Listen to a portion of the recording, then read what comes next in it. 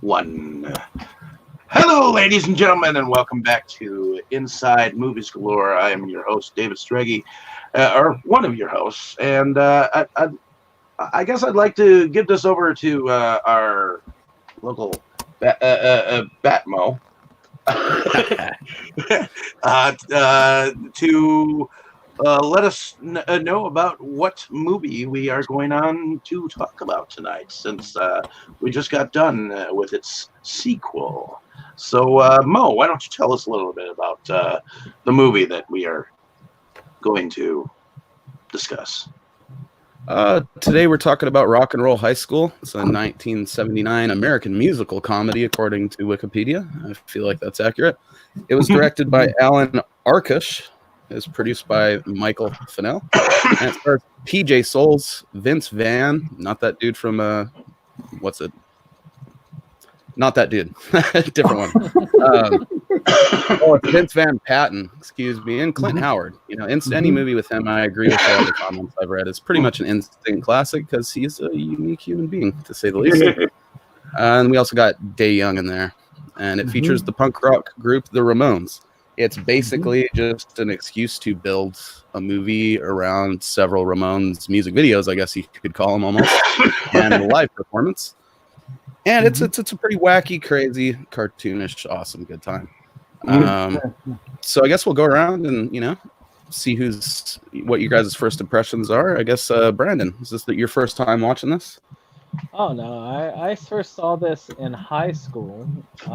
I had seen the sequel many times by then, but I had never seen the original. A friend of mine was like, you have never seen the original film? He was a huge Ramones fanboy at the time, so I had to go ahead and check it out, and of course I was very impressed by it. I really enjoyed it. I thought it was just a fun romp, brought to you by something that only National Lampoons could really deliver in those days. It does have a similar vibe. So it was very fun. I didn't quite remember it being quite as wacky as it was, and maybe that's just my recollection has been off. It's a lot zanier than I remember it being. So that's my impression of it. That's fair. What about you, Dan? Same deal. I saw it in high school, and I don't know. I might be biased towards it because I was already into punk rock music and heavily in the scene and playing shows. So it was inspiration. It was like a Bible to watch. It was all about that live footage for me. The plot and the story is whatever, but at the end there, when it's all concert footage, it's that's a great blueprint if you're looking for inspiration starting a band. You guys didn't get together and burn that motherfucker down after watching this? No. Missed opportunity, Dan. Disappointed in you. What about you, Dave?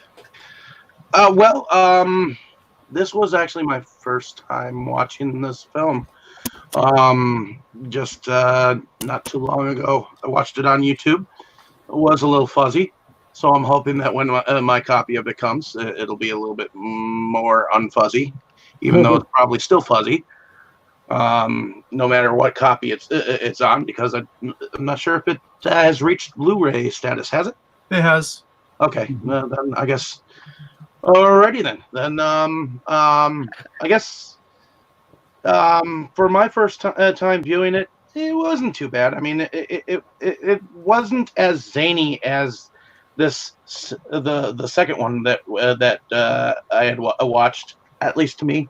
Maybe it's just the 70s, but I did enjoy the music of the Ramones. Coming from a somewhat musician background myself, I kind of get what Dan was saying, so about how it could be inspirational or whatnot. So even though I feel like the movie was more of a showcase for Ramones music, I didn't mind it. So I know it's inspired me to fucking try to bring those haircuts back eventually. Those Ramon hairdos kick ass. What about you, Jake? Was this your first time watching this? It was, and actually, on Dave's comment, I very sincerely hope physical copies are going to be clearer than what we watched on YouTube. I really hope so. But it was as good a way to watch as any for the first time, I guess. But as you know, if you've watched our other video tonight, which I think is on Delusions of Grandeur, where we talk about the sequel. The first time I saw the sequel was 20 years ago. Some friends were putting it in. They were like, "Oh, this is a great movie. You got to watch this." I watched it and hated it. And I would never have, I hadn't even heard of the films beforehand.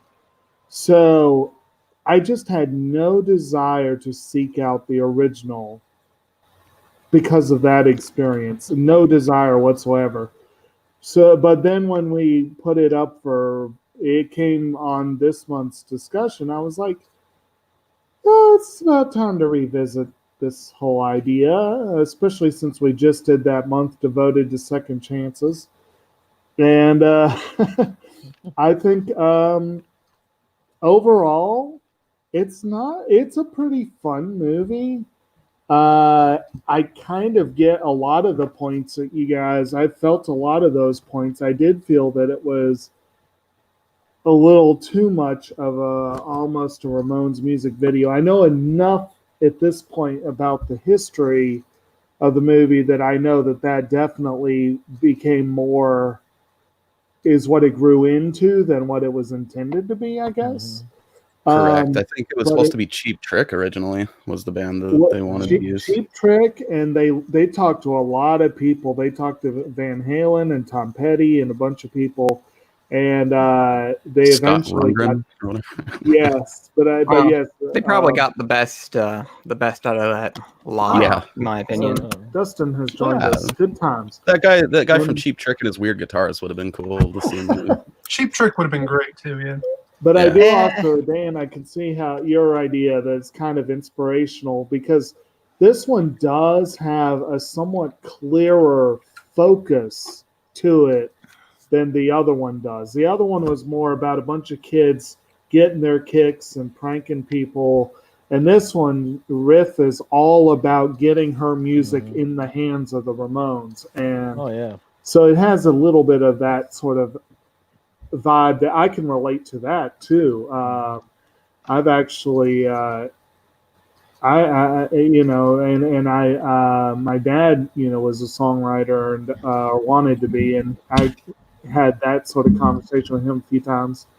That's a long story of the particular concert I'm thinking of. But anyway, the point is, this was an interesting viewing. I'm glad I finally did give it a go, and it was fun. Nice. I'm glad you enjoyed it, man. So I guess, what about you, Dustin? Is this your first time watching this? Well, from various Roger Corman commentaries, I had heard this movie's name, but had no idea what the hell everyone was talking about. So this was definitely my first time seeing it, and not so bad. Mostly like an extended promo for the Ramones. So you're right on that, but I know it was very strange. Like, it had this feeling like it was going to be like more of like a goofy comedy, and then it just kind of went into all Ramones promo stuff. So I didn't quite get what I had expected out of it, but it was good. So the music was fine. I'd never really heard much of the Ramones. Like, okay, so I know Pet Sematary and Blitzkrieg Bop are their thing. That's pretty much my entire knowledge of the Ramones right there.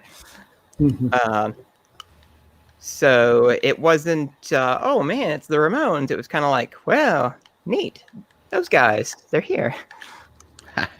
And, I think I'm even less familiar with the other bands that you listed. Like, I know Cheap Trick just because they're from Rockford, and I'm from Rockford, and people would talk about them like they were something really special.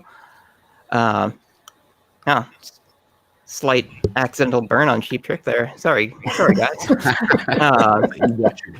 No, I took guitar in high school for one semester, just enough to learn. I'm really like garbage at it.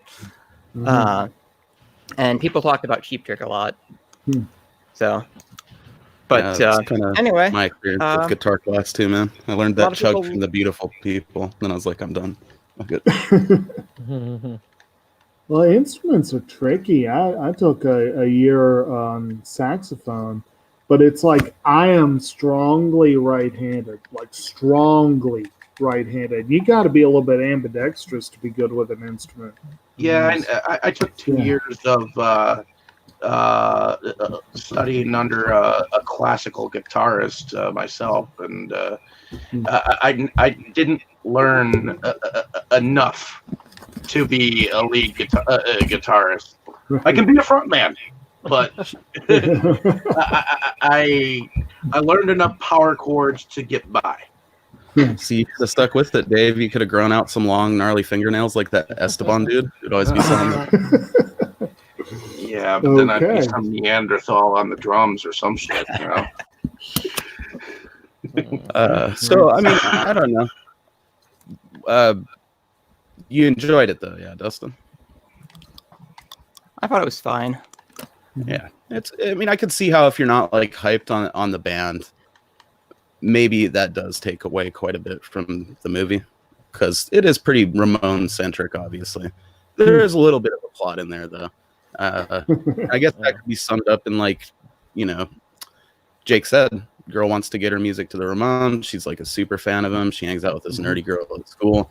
They've recently got a new principal who wants to, like, do some footloose shit and crack down on everyone having fun. And that was an interesting character. Yeah. That's pretty much in a nutshell, It's like, oh, the mean principal is like trying to get him to stop listening to that dirty rock and roll music because apparently it turns mice into degenerates and just makes them. Yes. I always thought that scene was hilarious. Especially when they called back to it later, where the mouse shows up and they're just like, we've had enough explosions here. And he's just, oh, you brought headphones. Okay, you can go on. And then later, where you have the mouse wife. Yeah. Well, the guy who played the same guy was in both mouse suits, and they were good times. I like how he was smoking out with the music teacher before the concert started. Yes. The music teacher who may or may not have become the principal later on. If you think he's the same character. He helped him burn the school down, though. I imagine he was promptly fired, maybe even arrested. But those, what's her name? Riff is the main girl, and I think Kate? Is that the nerdy chick? Yes. Yeah. And then Rambo. Yeah. pretty much those two and the principal, and then the Ramones obviously are like the main characters. There is also a subplot of this guy. I think his name was John, and he wants to like get laid and hook up with Tom. There you go. He wants to get laid, so he's got his little like American Pie goal going on there. He wants to close out high school with a bang, literally. I think they do figuratively and literally in this movie a couple of times over. And he wants to get with Riff, but Kate has the hots for him, and it's like, little love triangle there of sorts. He goes to Eagle Bauer, which of course we'll get to that. That Eagle Bauer is their pimp. Oh man, Eagle Bauer is probably my favorite character in the movie. Really, running shit from that boy's room. So basically, obviously these plots all come together. He's hooking up with Eagle Bauer, trying to get him to like hook him up with this chick. They got their little love triangle. The teacher wants to stop everyone from dancing or whatever.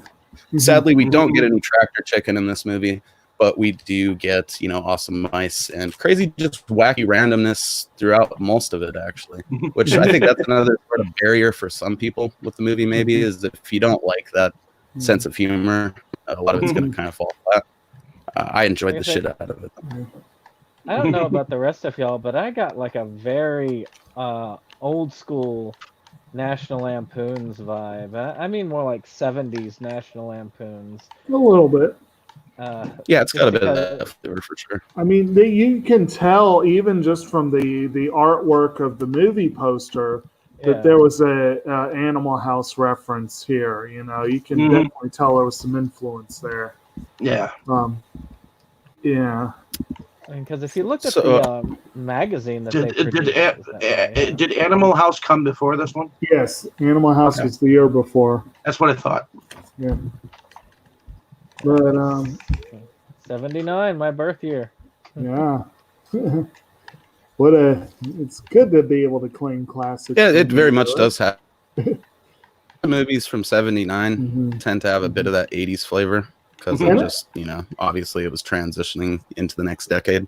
And actually, so, Animal House kind of unraveled. I feel like some a of bit them at are the ahead of their end. time a little bit, and then some. Of Well, during the early to late '70s, they had high school movies per Mhm. se, and then of course they had college movies Mhm. per se too. So it's like they jumped back in between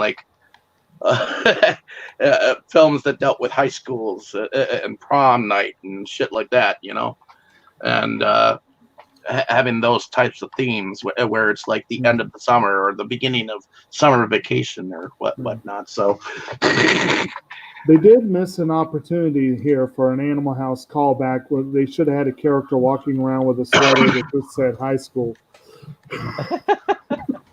although at least they got a kick me sign on there. So Right. Hmm. All right. but So I guess, Mo, you started the character rundown. Did you want to launch into that fully, or he's gonna do be some coming back plot, in a or- moment. Oh, is he? Oh, okay. I missed that part. Okay. Well, two characters they haven't mentioned yet are the sadistic man children that work for the vice principal, apparently called Fritz Hansel and Fritz Gretel. And it absolutely cracks me up. Sure, why not? It absolutely cracks me up that Fritz Hansel is played by Lauren Lester, who would go on to voice Dick Grayson / Robin in the Batman animated series. Slightly different character. Really? Yes. Yeah. Well- And well, Dee Young, who plays Kate Rambeau, showed up connection with Little Shop of Horrors. She had a small role in Spaceballs with Moranis. So that was kind of fun. That's kind of a cool connection. She apparently was the waitress that Barf was harassing with his tail. Yes. sorry about that, guys. Had to get my weekly disconnect out of the way. All right. So where were we? Oh, I guess we were just running through characters still, yeah? Yeah, I guess so. So, We hit the the, Eagle... Good?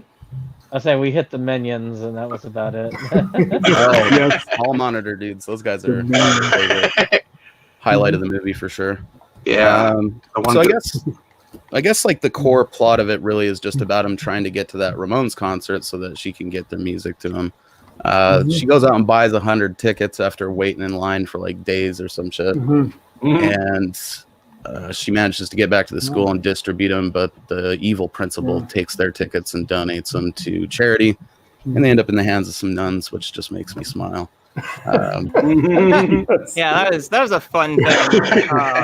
Like, I'll have 100 Ramones tickets, please. That'll be Yeah. $1,000, and I was just like, I was laughing pretty hard at that. Yeah. I mean, I'm sure at least some of us can relate to the, waiting in line, maybe not for that long for Not tickets. for 3 days. And it was such a painful 3 days. She apparently lost her mother, her father, and her goldfish. They say bad Well, things happen in threes. Well, she did. Yes. She did eventually lose her goldfish. It's true. Yes, true. So I guess, that we've got the general plot laid out. We could go through, I guess, the beats of the movie. They're pretty simple. You got your opening sequence where we establish that these are some rockin' kids, and Riff is a pretty crazy gal just playing that Ramones music over the loudspeaker. What do you guys think of that whole intro to the movie there? Because it starts kind of quiet and then it gets rocking pretty quick. Oh yeah. Oh, yeah. I liked it. I thought that because I was looking at it from a more of a unique perspective because I had seen Rock and Roll High School Forever first, which I think Jake had also done, if I remember correctly. But so it was very different from the opening scene of that one, where they were basically wrecking the school. This one was a kind of prank that I could see kids sometimes pulling off. I mean, they would get detention for like life, but they would still. I could see that possibly being pulled off. Mhm. So, and it was just a lot of energy, especially watching Riff just dance down the halls. That was just really cool. Mhm. Definitely, and I think simultaneously as that's all kind of starting off, we get the introduction to the principal, and we see that the previous principal's been just totally driven fucking insane by these kids. So I'm guessing that this is not like, a rare occurrence for them. I don't know. I guess we should consult our resident music expert here. Dan, do you agree with Riff's proclamation that that's the best Ramones album? Yeah, I mean, any one of the first three, I guess, would have to be up there. I think that's pretty much a given and a standard for any Ramones fan. Very nice. So that's accurate. What do you guys think of, the introduction to Kate, I believe her name is? Because I thought she was going to be more of the main character of the movie the first time I checked this out. Yeah, I guess she is kind of, but it's really more centers on Riff as it plays out. I mean, she's the best friend character, but she is introduced like from the get-go. That she's very intelligent and that she's science nerd, whatever. But you also get that feeling that she has a somewhat wild streak because she's hanging out with Riff. So it's a fun intro, and I actually really liked that character. I really liked her. I thought Dee Young was incredibly cute in this movie. But also, she's just a fun character. Yeah, I think they complement each other well as far as like the best friend dynamic there goes. They've got some pretty cute scenes later where she's like talking about how she thinks Joey Ramone is hot, which is just entirely fucking weird. It's kind of like pretty normal to me. I don't know. I was hearing her ramble on about that, and I was looking at the Ramones, and I was like, these are some ugly kids. They're ugly. And it's like the refrigerator worship scene. Everyone's got their own kick. I guess so. I like how Dick Miller comes out and says it at the end of the movie too. He's like, these very ugly human beings. But supposedly he just riffed that was Dick Miller. Yeah. Actually, here we go. I don't recognize him without gray hair. Yeah, there's another little shop, but a connection to the first little shop, because you remember he was the flower eater in that movie. Yeah. I don't know. To me, the Ramones kind of with their long hair and stuff like that. They because there were four of them. It's like, to me, they were the Fab Four of the punk rock age. Yeah. That's where they got their name from. From the Beatles. Right, really? Yeah. I always took them as like just a fucking grungy version of the Beatles, kind of. Yeah. Isn't it like Paul McCartney would check into hotels with the name Ramon or something like that? He went as Paul for a minute.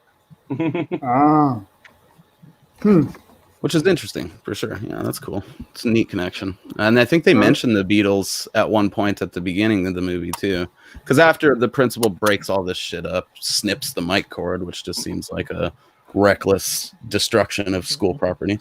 McCartney's song was the opening track as well. Well, yeah, I was looking for that bit of info. I couldn't remember which movie it was, but I read that he had a song. Paul McCartney and Wings had a song written for Heaven Can Wait, but it was not used. So the director was able to buy it dirt cheap, provided McCartney did not get screen credit, which it's kind of interesting that they had that proviso, but that's very strange. But yeah, like after she breaks it up, I guess they kind of go to gym class or whatever. And there's that part where they fake like she has a hearing aid. It's very clearly like an earbud attached to a little boombox type thing. And that's where she says like, "Oh, forget her," or whatever. She doesn't even know the Beatles broke up. Mhm. I just thought that was a sick burn for some reason. I don't know why. Were the Beatles? People are gonna be so mad at me. Were the Beatles really that big of a deal? Yes. Or- Yeah, dude. I mean, I've only heard like 2 or 3 Yes. Beatles songs, and I was just like, There's okay. Wait, There- Dustin, what do you listen to for music then? Name your top 3 artists right now for me, real quick. Top 3 artists. Perturbator, Korn. Who else do I like? Mastodon's pretty good. All right, Yeah. yeah, all right. All right, it makes sense now. It makes sense. No big deal. It's the Beatles hype is very much we're generationally removed from that shit. You know, Mm. like to us, they're just dudes with bowl cuts or some shit. That- Yeah, I could arguably also say Mick Gordon at this point, since I listen to the Doom soundtrack like a lot. Well, and actually, and I think we made this point before, Dustin, you've probably heard a lot of the stuff you say you've never heard because you watch a lot of movies. I just never put the names on it. Couldn't put them together. Yeah, I'm that way with a lot of 90s acts. Like, there's a lot of people I heard on the radio over and over and over again, and I couldn't tell you for the life of me who did the song. Mhm. You know, that probably is the case with a lot of things. And yes, some of the Ramones stuff from this was very familiar to me, but I didn't realize it was the Ramones until I saw it. I was like, "Oh, okay, right. And you might even have heard it like a commercial or something. right." You know. But yeah, the Beatles thing, we're very generationally removed from that. There's people like fainting in the, you know, they were like, Oh yeah, you know, sensations back then, and then to us they're just like an old musical act. But a lot of what the Beatles was, especially that classic era Beatles shit, I think is kind of what like punk rock was rebelling against. If you've ever seen some of the audience's reactions in some of the earlier Beatles music videos, People were going insane, dude. It's like Justin Bieber shit or something. That was revolutionary stuff at the time. It's, not that Justin Bieber's in the same. All I can think of is like Pet Cemetery, though. It's like when I think of the Ramones, that's what's on my mind. Although one you of the got interesting things I read about this was apparently PJ Souls was not that familiar when she made the film. Nice. And they did the concert scenes with actual Ramones fans, and she was scared by how excited they were. I was like, yeah, Oh man, we get like a good scene too where they yeah. somehow are playing into the venue when she's waiting for the tickets, and people are just fucking each other up in the line. There's like that one red-haired girl that's just choking this other short-haired chick out the whole time. I wish that when I was standing in line for a concert, Yeah. it's been a long time, but I wish that when I was standing in line for a concert for tickets, that I could like see like that band just come up and just start playing as we're standing in line. Just like, I Play was to the door, thinking man. I was thinking that myself. Like, on what planet does this ever happen? I like how that dude's just tapping his drumsticks together because he didn't have shit to do. So he's just- Well, did you notice they overdubbed the track as well to put the drumstick sound click in it? Oh yeah, and there was still drums playing too. There you was, know, so- but they overdubbed the stick click as well. Yeah, Oh, yeah, it was okay. audible for sure. Hmm. Dan, you guys need to play to the door at your next show. That'd be such a baller move. I would love to do that. That would be fun. So, what do you guys think of the whole musical sequence in the gym? Oh, I love it. That My was pretty favorite. cool. Felt like where a lot of the budget went too. Right. Mhm. Yeah. Oh, and like you said before, they were toying with the title Girls Gym. I mean, that's probably where. It's better than the original. They were originally toying with Disco High School. Can you imagine? Oh my god. Yeah. It would have been like a Saturday Night Fever gone wrong. See, I like horrible shit, so I'd have probably still been about it. But yeah, Oh, it's a yeah. good thing that they didn't. At do least that. put them on roller skates so they can have roller. That's derby. what I'm talking You about, know? dude. Oh, yeah. Roller Disco High School. That needs to get made. Yeah. Yeah. Oh, That could be I would have fun. watched the heck out of that because that National Lampoon sensibility could still have been there. I mean, that was Right. still a part of that generation. Disco, of course, disco was kind of. I want to say it was on the way out. '79, wasn't it? It was. Very much. Well, ish. Yeah. I remember when Queen did their disco tribute album Hot Space. It was out by that time, and That's some Kiss Dynasty. That's a classic disco album right there. Kiss. But I like that scene. I think it's hilarious that they're like complaining about exercising, but then when they're rocking out to their song, they're like doing way more exercise than they possibly could have been with that. People are flipping all over the place and shit. It's just insane. And then they're like, and then they're right back to the exercises by the time the others have returned, and it's like, what? We weren't doing anything. Huh? And that principal's still all fucking stuffy about it. Like, they're dancing. Can't be dancing. Yeah. Go outside city limits for that. Right. actually, Dan, I know I heard you start to talk about that, and everybody, including me, cut you off. Were you going to say something? Oh, I about was the- just saying that watching that scene. I mean, who didn't watch that scene and didn't think I would love to be there at that moment and have that kind of gym class pop off where everyone's dancing and going nuts? It looked like a good time. Oh yeah. Oh yeah. Oh yeah. Fun Old in that school scene. insane flash mob shit. Yeah. And Well- that scene was actually not planned the way it was, but the guy who was supposed to direct it or whatever it was, the guy who was choreography, I think, ended up getting really sick because he worked himself with just beyond the pale. So he was in the hospital, I believe, during the time that they had to do that scene. The They kinda had director, to yeah. pull it out, they had to pull it like right out of their butt at that point. Well, and Yeah. again, going back to the director, I know you said it was what's his name, Ark. Allan Arkush. But it says here on IMDb that Joe Dante was uncredited. As, Yeah, they director. what Brandon was alluding to, I saw that in the trivia that Arkush overworked himself and suffered from exhaustion, and Dante recorded that dance scene and like 2 or 3 other scenes. Basically, he came in for a day or two of work. So yeah, Because I remember listening to an interview with Roger Corman, and he was just like, I told him, I said, no, you need a chair with your name on it. You're going to need that. And he's like, nah, I don't need that. I can just do this whole thing like that. I'm surprised Corman would want to spring for that.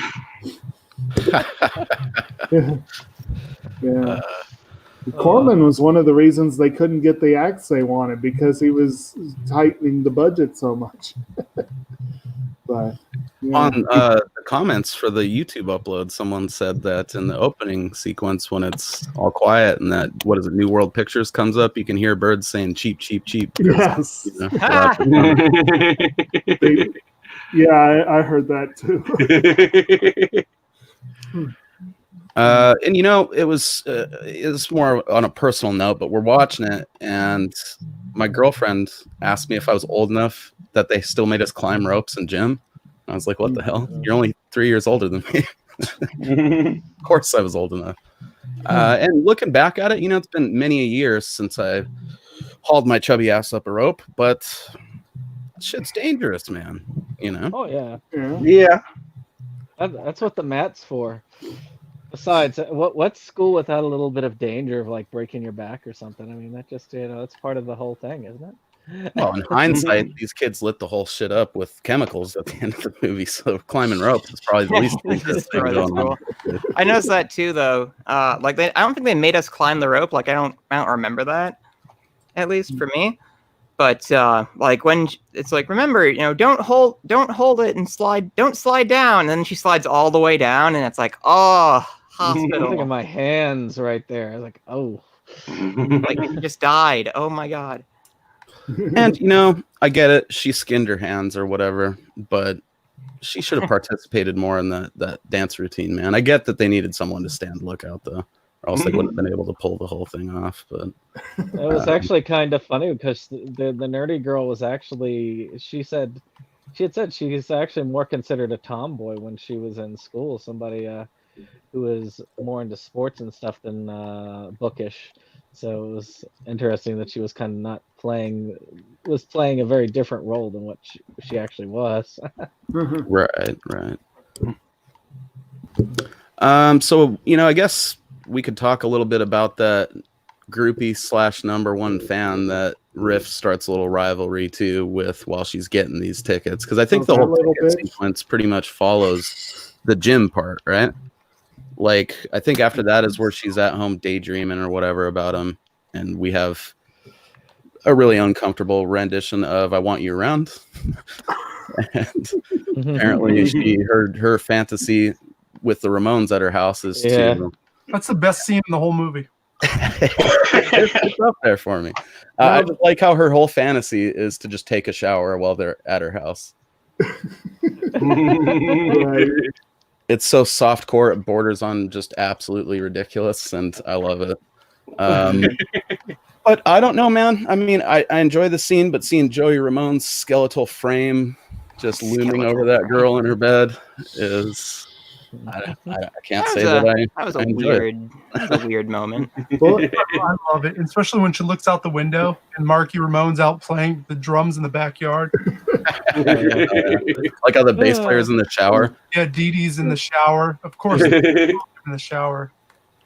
the I guess if it helps at all with that, apparently PJ Souls was considerably older than her character, and she's actually older than most of the Ramones. I think there was one that's older than her. So it's like, Oh, well, you know, I mean, that's kind of like old school movie rule number one right there when it comes to teenagers, is they're all in their early 20s. You know? yeah, Or worse, their 30s. yeah. She was upper 20s, I think. Well, and I guess If mixed media has taught us anything, it's that, you know, oh, you can say someone's a teenager if you just give them pigtails. and I guess Well, yeah. I guess you could say that this film kind of showcases what groupie is Mhm. in the sense of cat fights, sort of. Well, she was connected. Yeah, She actually had it to back up, though. She was connected with them. yeah. Yeah, she was friends with that manager guy and his fancy kerchief right there that he had around his neck. Talking about angel dust right there, man. Mhm. Oh, that was her name, huh? Angel Dust. Angel that's Dust, right. yeah. Um, Yeah. Maybe that's what she was supplying. Maybe. Also, that's what that dude was sniffing up his nose and some shit. I was thinking someone might have taken some angel dust before they wrote this thing. Yeah, I don't know. I enjoy that element with her though. And the whole like sort of yin and yang there. Like she's kind of the trashy fan that does it for like I think the attention and feeling like she's in on some shit. And Riff is more of like a real fan. You know, she just wants to get them the music that she wrote for them. You know. Yeah, I don't know if she's a real fan though. The problem is with her, it's all about her getting her song to them because she's a songwriter. I'm like, a real fan isn't writing music for the band because you're a fan of the band and their music, not your music for them. Right. I hadn't thought of it that way, man. You know, yeah. I mean, that was weird. That's the part I don't really enjoy. Well, I guess it No, she's a depends fan on- of Joey Ramone. Well, she doesn't try to fuck him though. That's the problem. Well, She just wants to take a shower while in their presence. as someone who has an hope to be a writer at some point, at any rate, I can see the viewpoint of if you wanted someone that you really admire to take your work and put their stamp on it. I could see that being like a legitimate way of being a fan. But then I also see your point. If it's someone that's known for their own stuff, like it would be kind of weird if like that was her only thing. You know what I mean? Like, but seeing the idea of this guy that she loves in every sense of the way, singing her songs, I could see that being a viewpoint of a fan. I think the obsession was kind of a mixture of fandom and herself, because she didn't just want anybody to sing her song. She wanted him to sing her song. Right. And that she was different from like say Angel Dust, who was basically all about the Ramones. But she still had that obsession with them for herself as well. Mhm. It was Yeah, kind but of a she cool was, holiday. that's right. I was more of a fan of Angel Dust because she was just a fan that was going to all the shows, not just one show, Oh yeah. trying to bring the music so to perform it. Like that was, see, Angel Dust all the way. That's the groupie I want. If you think about it, though, you think, well, you got the one fan that camps out for 3 days, risks expulsion from school, just camps out, and then buys tickets to share the love with everyone she knows. And then you get this little bitch who walks in and is like, oh, I'm first in line, and then goes right in with them. And it's like, you put no effort into it, and even if she does go to every show, that's like, I Her don't. interest is just in Another like thought. lording it over other people. Yeah, she was lording it over. Why does Angel Dust need a ticket when she knows the manager and she's going to get backstage anyways? She's Yeah. going to be on the list. Why does she need a ticket? Yeah. Good point. I think that it would have been a more interesting thing if they had. I think she would have been a more likable character if they didn't introduce her that way. Yeah. Because they made her. Well, they made her intentionally antagonistic to Right. Riff, so that she could have a villain to fight. I guess you could say. Right. She was But she almost had not one. needed at all. Was that? Yeah. Angel Dust really wasn't needed in that No. story whatsoever. No. It doesn't build too much either. I mean, she snags her songs at one point and they run away, and there's this whole big dramatic thing where, was it Tom is trying to chase him down, but then really it's just like some guy puking on the floor that saves the day. He's trying to pick up the cocaine. Oh, is he picking up cocaine? I thought he was puking. dropped it. Yeah. Yeah. Oh, man. Yeah. Just to see his face when it all fell on the floor, just like. Ugh. See, that says something about the wackiness of the movie, though, when there was like hard drugs getting tossed around, and I didn't even notice. Well, and supposedly the door guys were like, "Oh, you're stoned. You can't come in." Oh yeah, Yeah. that door guy was interesting. The questions he was asking were like, and of course We're not allowing any more mice in here. Well, I mean, it's a legit thing because the Ramones music apparently makes them explode. So I understand. and he puts up. I got the earphones. Yeah, they got to cover Sorry, their yeah. app, man. They don't want his mouse wife Right. suing the venue or something. True. And they give that teacher such a hard time that he's obviously smuggling drugs because he's. They look like a narc. Yeah, So, Sweet floppy beret. that's something. I don't know though. To the whole fandom thing there, I don't know that it's necessarily just about fandom with Angel Dust either. I think it's very strongly implied she's not just bringing him pizza back there. You know what I mean? Right. So I don't know. I thought it was. I agree that she's probably sort of unnecessary, but it made for a couple of cool moments, I guess, in the movie. I like watching her at it. It could have built to something more satisfying, I guess. Mhm. So I think, pretty much after she gets the tickets, like we said, she hands them out at school. And then the principal obviously has seen through their ruse here, and they get called into the office where that bitch snatches their tickets. Mhm. And one of the hall monitor guys eats her goldfish. What are you guys' thoughts on that shit? I somehow missed that. Yeah, that was. I like how he good licks stuff the right fish there. first. Oh, God bless Oh. you. Man. God bless you. That's what I was going to say. I like how he gives it a little lick. Oh man, he licked the fish's bosom. Dude, he licked the tip of that paper airplane when he threw it earlier in the movie, Yeah. too. Oh, the paper airplane scene was hilarious. I loved it. And I liked how he suddenly materialized at the destination just before the airplane did. I was like, yeah, okay. Oh, that's good. I think I liked each time they were like, "Body search." Uh-huh. Yeah. That was messed up. Yeah. That was. Yeah. I thought that something that was a standout, especially between this and the sequel, is that in this movie I felt like the teachers, not the principal, of course, but the teachers were much more realistic, because the teachers weren't, for the most part, antagonists, and they weren't kind of parodies of things like that. Many of them, I mean, the gem teacher and the music teacher, they they actually cared about teaching the students. Yeah. They were just teachers. They were real. They felt like real people. They didn't feel like caricatures, which was really cool. I like that. Well, and right out. They were still caricatures. Like the gym teacher, I mean, Coach Steroid, Yeah. was still. She seemed not very bright. You know, that whole hearing aid thing. I mean, and then of course, you know, and then I don't know if any of my actual gym teachers ever really were, though. You know. Well, I mean, nothing against gym teachers, but they're teaching gym for a reason, I think. Well, hey, when I substituted, I was a gym teacher for a day, so shit. But and McGree was he was the stereotypical square.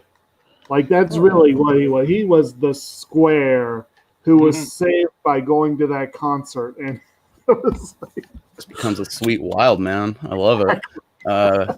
Well, it's, you know, it makes sense. A lot of times music teachers do. I mean, both the ones that I had definitely seemed like they tried to be like hip with the kids, you know, and he's very much going for that. Like, right. I think he has a line at some point later where he's like, "Hey there, Daddy, I'm hip with the Ramones" or something. I just like, I think that's what he said to the doorman.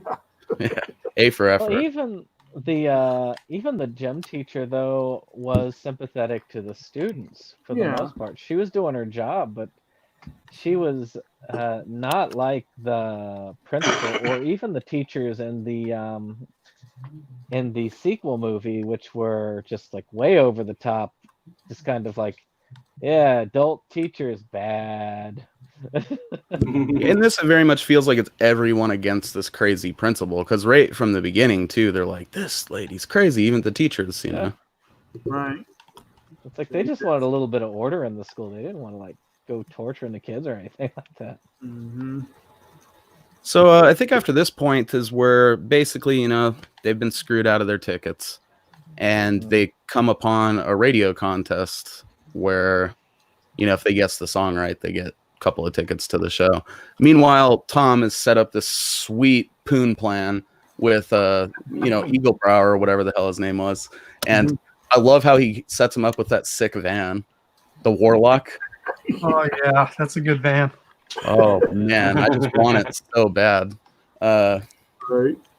And you know, these girls win the concert tickets. They pretty much physically assault a poor man using a payphone and call in their answer, and they're successful.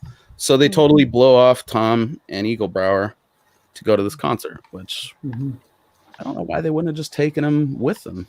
They already had tickets. You would definitely have thought Eaglebauer of all people would have had tickets. Yeah, Or at least sure. like the football player would have had one of the 100 tickets that she was Right. handing out around the school. Well, then again, and we kind of glossed over this part, Tom is the lead quarterback, I believe, and yet he is super unpopular, which is why he goes to Eaglebauer in the first place. But it's because he's a complete social idiot. You know, Yeah. It's like he'll open his mouth, he'll get a few sentences out, and then start talking about the weather, and everyone knows what's next. Hey, okay, though it did make me want to see someone successfully get laid by talking about the weather. That's like bucket list shit for me, I think, now. But yeah, he's pretty much like one rung above that nerd that they lock in the trophy case, you know, Pretty in much. terms of social standing. And Mo, What's up? can we talk about those sunglasses that Riff was wearing when they won the contest? Oh, those sweet ass lightning bolt ones? Yes, we can. Imagine getting those, the original ones. I'd pay a few $100 for those. It's definitely something you could probably keep your eye out for at thrift stores too, man. You never know. Go searching through like some of those donation bins. A lot of times, those religious like thrift stores seem to have weird clothes that people donated when their kids went to college or something. Yeah, these are incredible. That caught my eye right away. Yeah, of course. You know me too well, Dan. Definitely a highlight of the movie for me. And then there's a sweet pair of shades, like those skinny like 80s shades that the music teacher is wearing later on when they're going batshit crazy. Oh, Silly sunglasses are always fun, you know. Was it Kanye started those ones nowadays? People gave him shit for him, but he's onto something, you know. So were y'all talking about like those pink ones that when they were talking about we're going to the concert now and Yeah, the ones that had little lightning bolts on each side right, of them. right. That to me, it's just the style of the times, which is really cool. Yeah, just Actually, getting weird with it. I actually say I consider the mid to late '70s fairly different from the '80s style wise. Well, yeah. Actually really liked the '80s had some interesting stuff going on, but I really felt like the '70s was where it's at when it came to a lot of defining like musical and even styles that came around.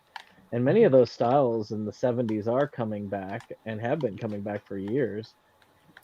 Right. So And I don't know if you guys heard it when I got cut off, but I was talking about that momentarily, how this is like stuff from 78, 79 in there is always fun to watch because you could see sort of the genesis of some of that really 80s stuff starting to take place. Mm-hmm. But then there's still that very 70s style to it. And this is one of those movies, like sometimes you get those movies that are ahead of their time. They came out in like 79, but they feel like they're from like 83. Well, like those huge glasses that Kate has when she's introduced, that definitely had a very 70s vibe to it, I think. Oh, for sure. But this is one of those movies that definitely is a product of the 70s with a little bit of 80s tinge, you know. And I think those glasses are a good example of that. I never really thought about it, but there's, you know, that whole disco style maybe had something to do with some of that weirder neon shit that made its way in during the 80s, you know. I mean, shoot, the leisure suits, for goodness sakes, that was a whole disco thing. We got to bring them back, boy. We get those leisure suits going on. Big ass belt buckle, like you don't even need it because it's a one piece, but you're just wearing a belt because you're a badass. Yeah. One of these days, disco will come back. Did you not notice Joey Dare Ramone? to dream. And he was wearing a belt, but it wasn't through his pants. Oh, that's so gangster. Yeah. I love it. Singing to her on the bed. He's got a belt, but it's not hooked into anything. That's beautiful. Yeah. So actually, I had a curiosity. Dan, you'd know this more than I would. I used to actually study some of it when I was when I got into punk in like the late '90s or early 2000s. But what style of punk would the Ramones have been? I mean, they're like the godfathers, essentially. They were the first prototype punk band. Essentially, you would have no Sex Pistols, Clash, all those UK bands. The Ramones, like, pretty much set the tone when they went to tour. Europe, inspired all these bands to pop up. And then that UK fashion obviously happened. But that original New York City punk rock, that's them. You wouldn't have Nirvana without them. Well, I mean, they have that transitional style that's not quite as harsh as something like the Sex Pistols, but not as melodic as the Beatles. So it's kind of it's kind of a weird kind of bridge between the two styles. It's like that early punk and roll type stuff. You know, it's still very much just classic rock and roll, but with like some grunge to it. Yeah, no, I mean the Ramones were fans of everything from the girl groups like the Shangri-Las and the Ronettes, and then they were fans of Iggy Pop. They were fans of the Doors, Captain Beefheart, T-Rex, a lot of the glam stuff before, just a little bit before. I only know Iggy Pop from that Venture Brothers parody of him, where he can like make sound waves or something weird.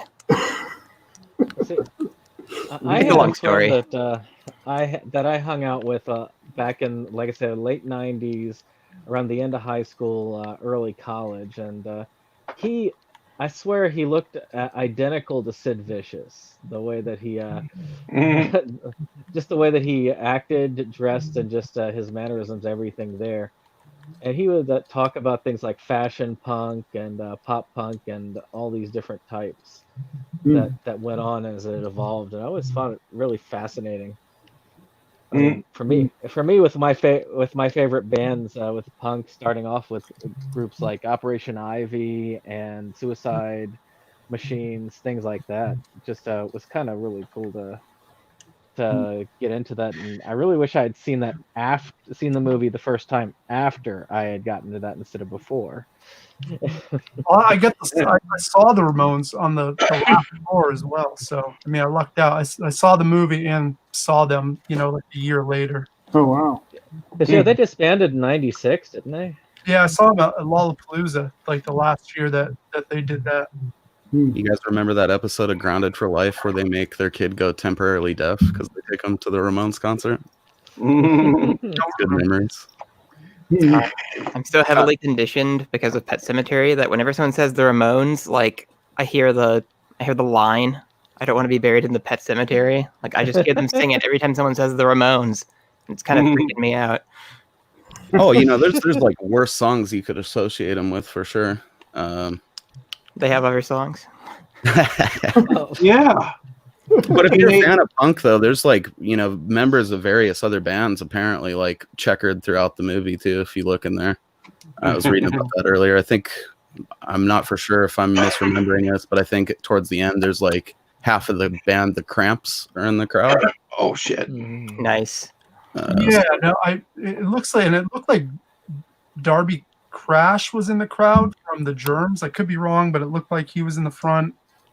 Oh, you're probably right, man. I mean, you'd have a better eye for that than any of us, I think. So it's probably worth revisiting if you're a fan of punk, just to pick through it. Well, they had an open call for people to come, extras. They gave away 4 tickets, whatever, and that's how they filled it up. And there was a flyer they posted around LA. And they shot it at the Whiskey, I do believe, or at least I got the audio from the Whiskey. Oh, that's cool.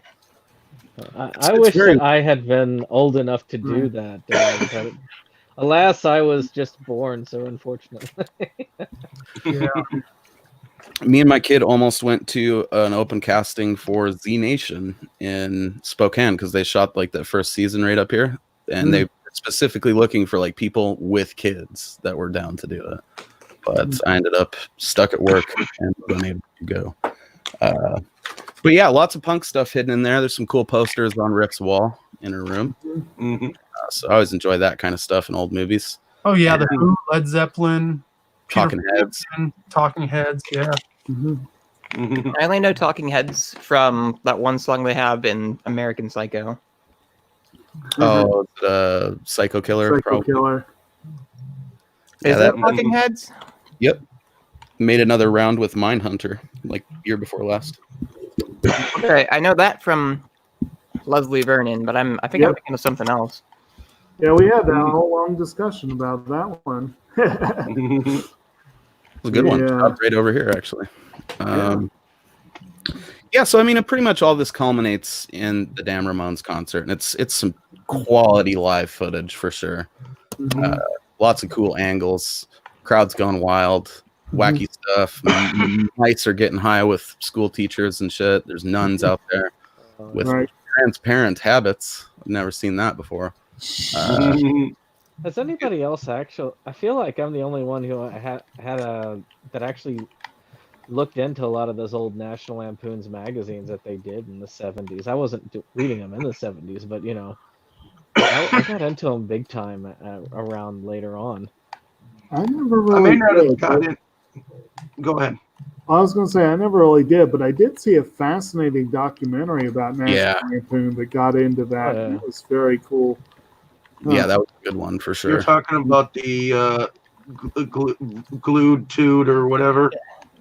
Yeah, I showed that one to Brandon. No, something else. It was.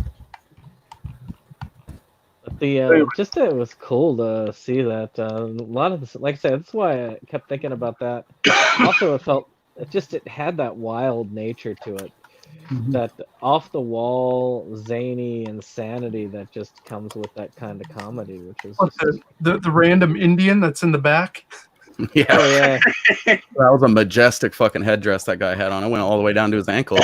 or the two guys with the chair in the middle and they're just beating their heads against the chair. Yeah, that was the highlight for sure. Oh, the one I was thinking of is a movie called Drunk, Stone, Brilliant, Dead. Yeah, the story of National Lampoon. That's the one I was thinking of. Okay. Yeah, it's Yeah, good that times. the only problem I had with the Indian is the joke that they made with it, which kind of made me feel a little bit more uncomfortable these days, which because he was a scalper. Yeah. Huh. Man, Yeah, I don't know how that didn't click with me at the time, but that's I funny. didn't, Oh, I I just didn't got know it. about that either. That's good old questionable Now, humor there. at the time, that would have been a hilarious joke without any, and they wouldn't have even had Blazing pause. But Saddles. yeah, Yeah. Huh. Oh, Isn't that there's just so much, right? But I feel totally what you're saying, Brandon. Like it's cast of crazy characters, everyone's getting wild, and then peppered in between that, there's random absurdity and hijinks and right? stuff that doesn't necessarily even have like anything to add to the plot. It's just there to be crazy, And that actually, whole- one thing that we talked about at some length in our other discussion tonight, but I don't think we really talked about yet in this one. So for anyone who didn't tune into the other one, that whole thing with Eagle Bauer, with his office that's set up in the men's room, with the female assistant sitting right there in the men's room who calls back to him when people come in. I love that whole setup. It was just so great. that boys' room is wild, man. Guys in there Right. just fucking pounding hookah tokes and Open the door and the smoke just rolls out. And you hear smoking in the boys. well, I mean, that happened a lot in school. I mean, shoot, that's how. I mean, in my high school, that was a big thing. Not That like much? that. No, not like that. But you know how it was. I mean, you go into the room if you wanted anything done. You had your like businessman set up. That's how it always was. All the business was done in the bathrooms in the high. Yep, of course. You want a toke? Come over here in the corner. I'll give you a roll. well, dude, I love when Kate goes in there later and she's like, "Red alert!" and she sounds the alarm, and everyone's like, "Oh shit, a girl!" and they're covering their faces, like they're all in there for some shady shit if they're either smoking or seeing Eagle Bauer or whatever. Eagle Bauer was great. I love the thing where he was doing the illustrations with the sex doll. Essentially. Oh, that is such my favorite How about scene in the movie. how about the many different straps of bras? Oh yeah.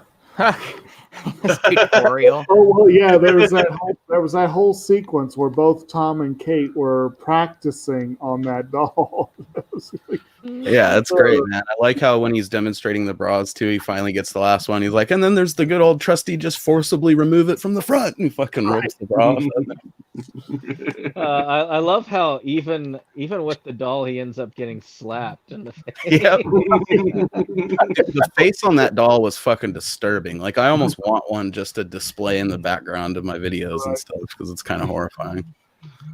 And then here's another example. Like the movie, they didn't even start with Clint Howard. He was like their second or third choice, and it was like, but it was such a great choice. You know? Yeah, only choice. I can't think that I've seen anything he was in that he was this young. I feel like I've mostly seen him much later on after his brother had become a big-time director. And he's like in every Ron Howard movie. But I don't know.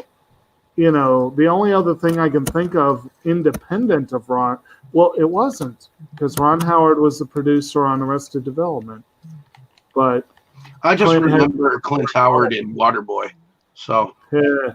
But like I said, he had that recurring role on Arrested Development, and just a couple of appearances, and then a lot of bit roles here, there, and everywhere. But this is probably one of the more impressive ones.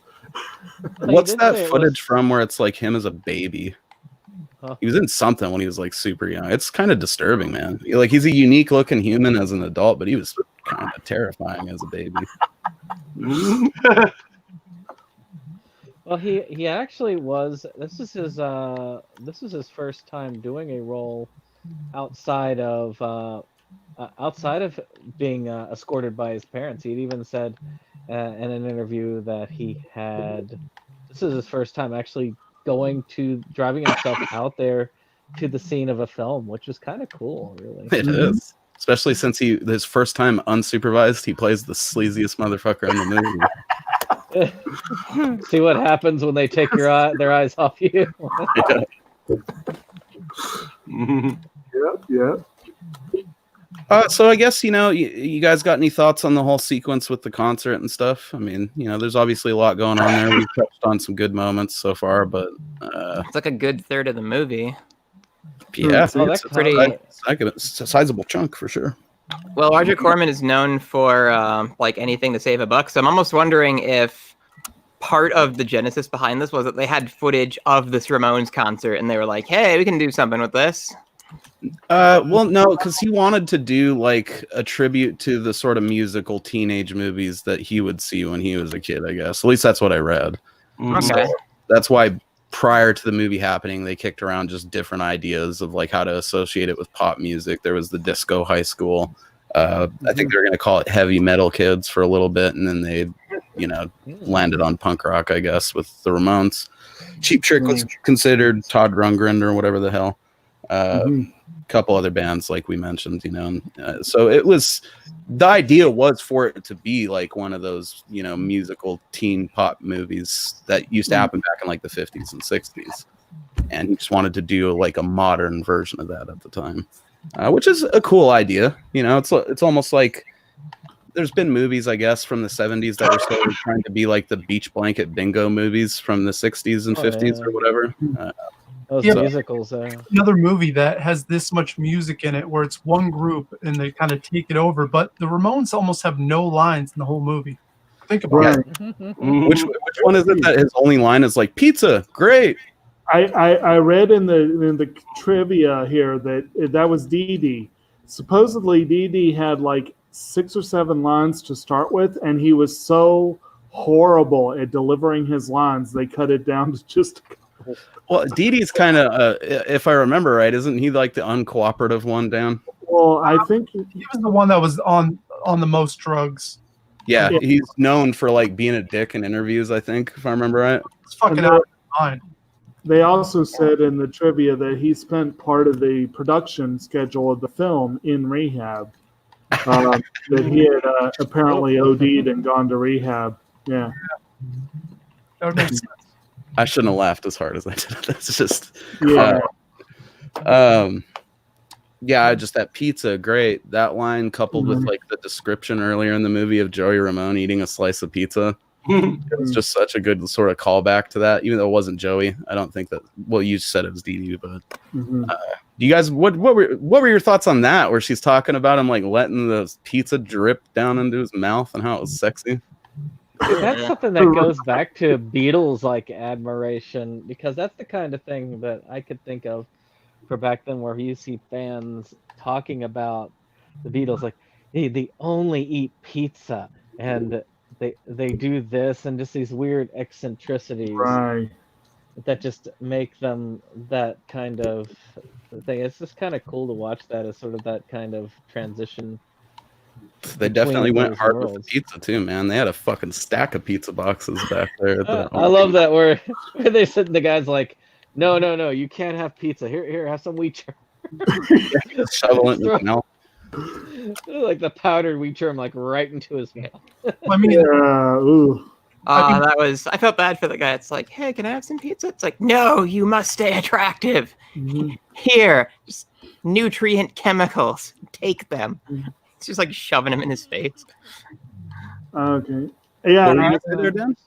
I was just saying, pizza is pretty much the standard for every band that plays a show. Like if you get food provided by the venue, it's pizza, and that's how it always has been. That's a cool insight. I thought they were just being funny. No, that's like every show we'd play, every other show is like, oh, here's pizzas and fucking whatever booze you want, and that was it. They still do that shit. Like you guys getting some little hot and readies when you're at the. I mean, that's pretty much when you play shows, that's the food. That is pretty much it. Fuck yeah! You ever like snag a slice, put it in the back pocket for later while you're out on stage? I mean, you leave it in the box, and then after the show, you take the box into the van and eat it out there. Hell yeah, that's cool. I wouldn't even have thought of that, but that's a unique insight into like band life there. Cool. I wonder if Corman had used that as payment for anyone on this. I'm sure it was. I like this little thing. The notoriously cheap Roger Corman, also a publicity genius, invited music journalists to work as extras in return for getting to be on the set and interview the principals. Eh, Yeah, that's a good plan. Yeah, definitely. I don't know, man. I like the whole live sequence, though. I think, like I said, it's really well shot stuff. It Mhm. Oh, comes yeah. together nicely. The parts where the words are on the screen is a little weird and out of nowhere. Right. Oh, I Wow. love the concert because it just there's all that energy there. It's just really, really Oh, it's awesome. incredible. So good. And then that, you got that good backstage stuff after the fact. Now, see, one part of it I'm a little fuzzy on is because obviously, like, they end up back at the school. Yeah. How did she end up getting the music to him? I forget. She got it to On the stage. yeah. Yeah. Oh, she handed him that note. Yeah. And then, Yeah, Well, they there get was that whole chase sequence, and yeah. yeah, And then they ended up in the dressing room eventually with that, and then that's how it ended Right. up getting into. okay, yeah. that And whole then, scene he- we were just talking about with the pizza. Yeah, Yeah. decided And she's we're like, gonna this is the take over best the day of my school. life, or whatever. yeah. So basically, they go and take over the school, yeah? Like, they go back there and just have The a Ramones just show up to trash the school. rock and roll riot. I like that part's so fucking awesome because she my favorite line of that whole sequence is where she's like, "Do your parents know you're Ramones?" Right. Well, see, I don't Yeah, they think think that it's pretty great. their intent was not to destroy the school like it was, but the principal kind of not quite forced their hand on it, but you can see where they were like, "No, we just want to play," and she's like, "No." Yeah. Right. gotta And go then off she and burns then- their fucking records. That's like her whole. Yeah, oh, that was Yeah, that was Yeah, that quite the was. last straw. I think I appreciated how not subtle the idea was. It's like we have a final solution. It's like, Yeah. oh my. Like ripped to the face with the subtlety on that. And she. That- I was about to comment. She was not a particularly reasonable individual, and like you said, subtlety was not her thing. It's God, like. no. I think one of my favorite little moments was where she was demonstrating to the teachers what the music did to mice, and I like the one it's shaking, and then the mouse explodes. Notice the loss of hearing. yes. Yeah, Brilliant. among other things. Yeah, that whole final sequence where they're tearing that school up, it just Right. it gets absolutely insane, man. They go from having like a fun rock and roll riot to straight up holding, lunch ladies hostage and assaulting them. At one point, the Ramones attempt murder on the hall monitor guys by shoving them out a window in a laundry basket or something. Yeah, I was kind of like, holy crap! They just I think with Yeah, the motorcycle in the hallway. Yeah, that was great. Where the hell did that guy come from? I'm glad he was there, but It's good. That was just. Or they had the freshmen sitting there in the pot where they actually had freshman helper. did they eat? I mean, so there's some implied cannibalism right there. I hadn't even thought about that. They're going all in if they're fixing to eat the freshmen. Oh yeah, well. I mean, you gotta eat somebody. I don't know. Do you guys got any highlights from that? There's a lot to unpack in that final scene of insanity there. I think I just enjoyed like the school's out for summer, like just the Alice Cooper song. I think that was maybe my highlight there.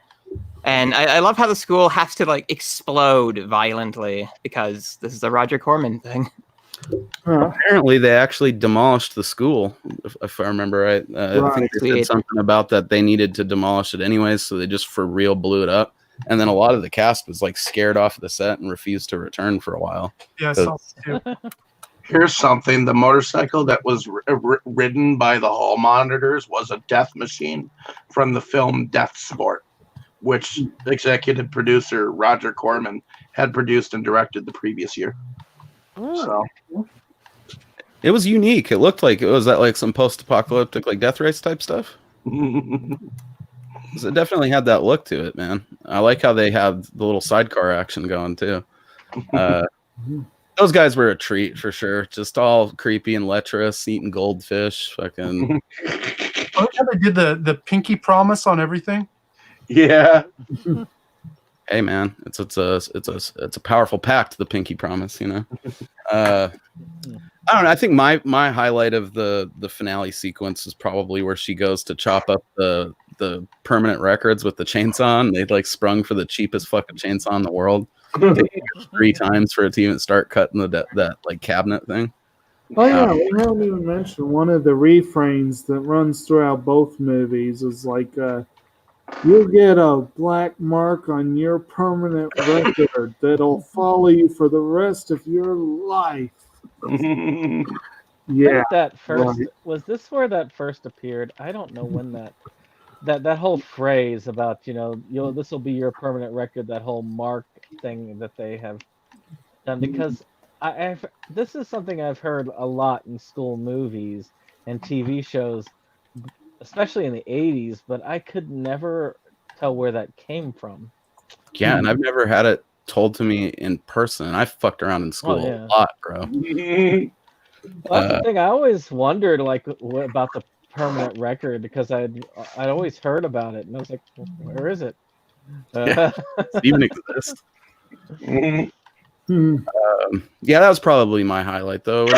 You got any there, Jake? You got a highlight from that final insanity? From the final insanity, I don't. It kind of got a little off the rails there. A little. Little.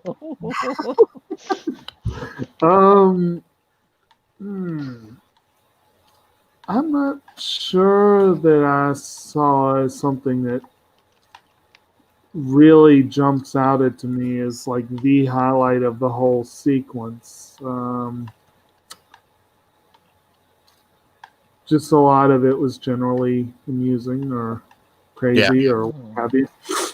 I think I was with all of it until they started just assaulting the lunch ladies. Like, what the hell? Yeah, that was a bit much. They got them tied up like hostages, fucking pelting them with all the gross school food. Tuesday surprise. Like, Clint Howard's in there ringleading it, like, hit him with the apple brown Betty.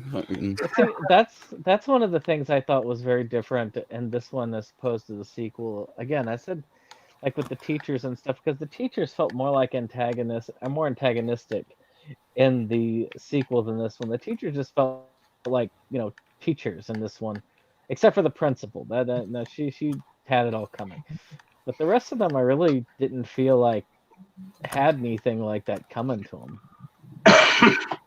No, yeah. I mean, it's I felt mad sympathy during that sequence. They could have like included them in the fun. I'm sure if anybody wants to burn that motherfucker down as much as the kids, it's the lunch ladies, Probably. Yeah. And I don't know. What about you, Dan? You got anything that stuck out to you in there? The only thing that I thought was weird was Riff dancing with the music teacher with his clothes off, and it got a little awkward there because not the fucking music teacher. Yeah, me and my girl had a pretty strong reaction. It was cute until that point. Well, something's taking a turn here.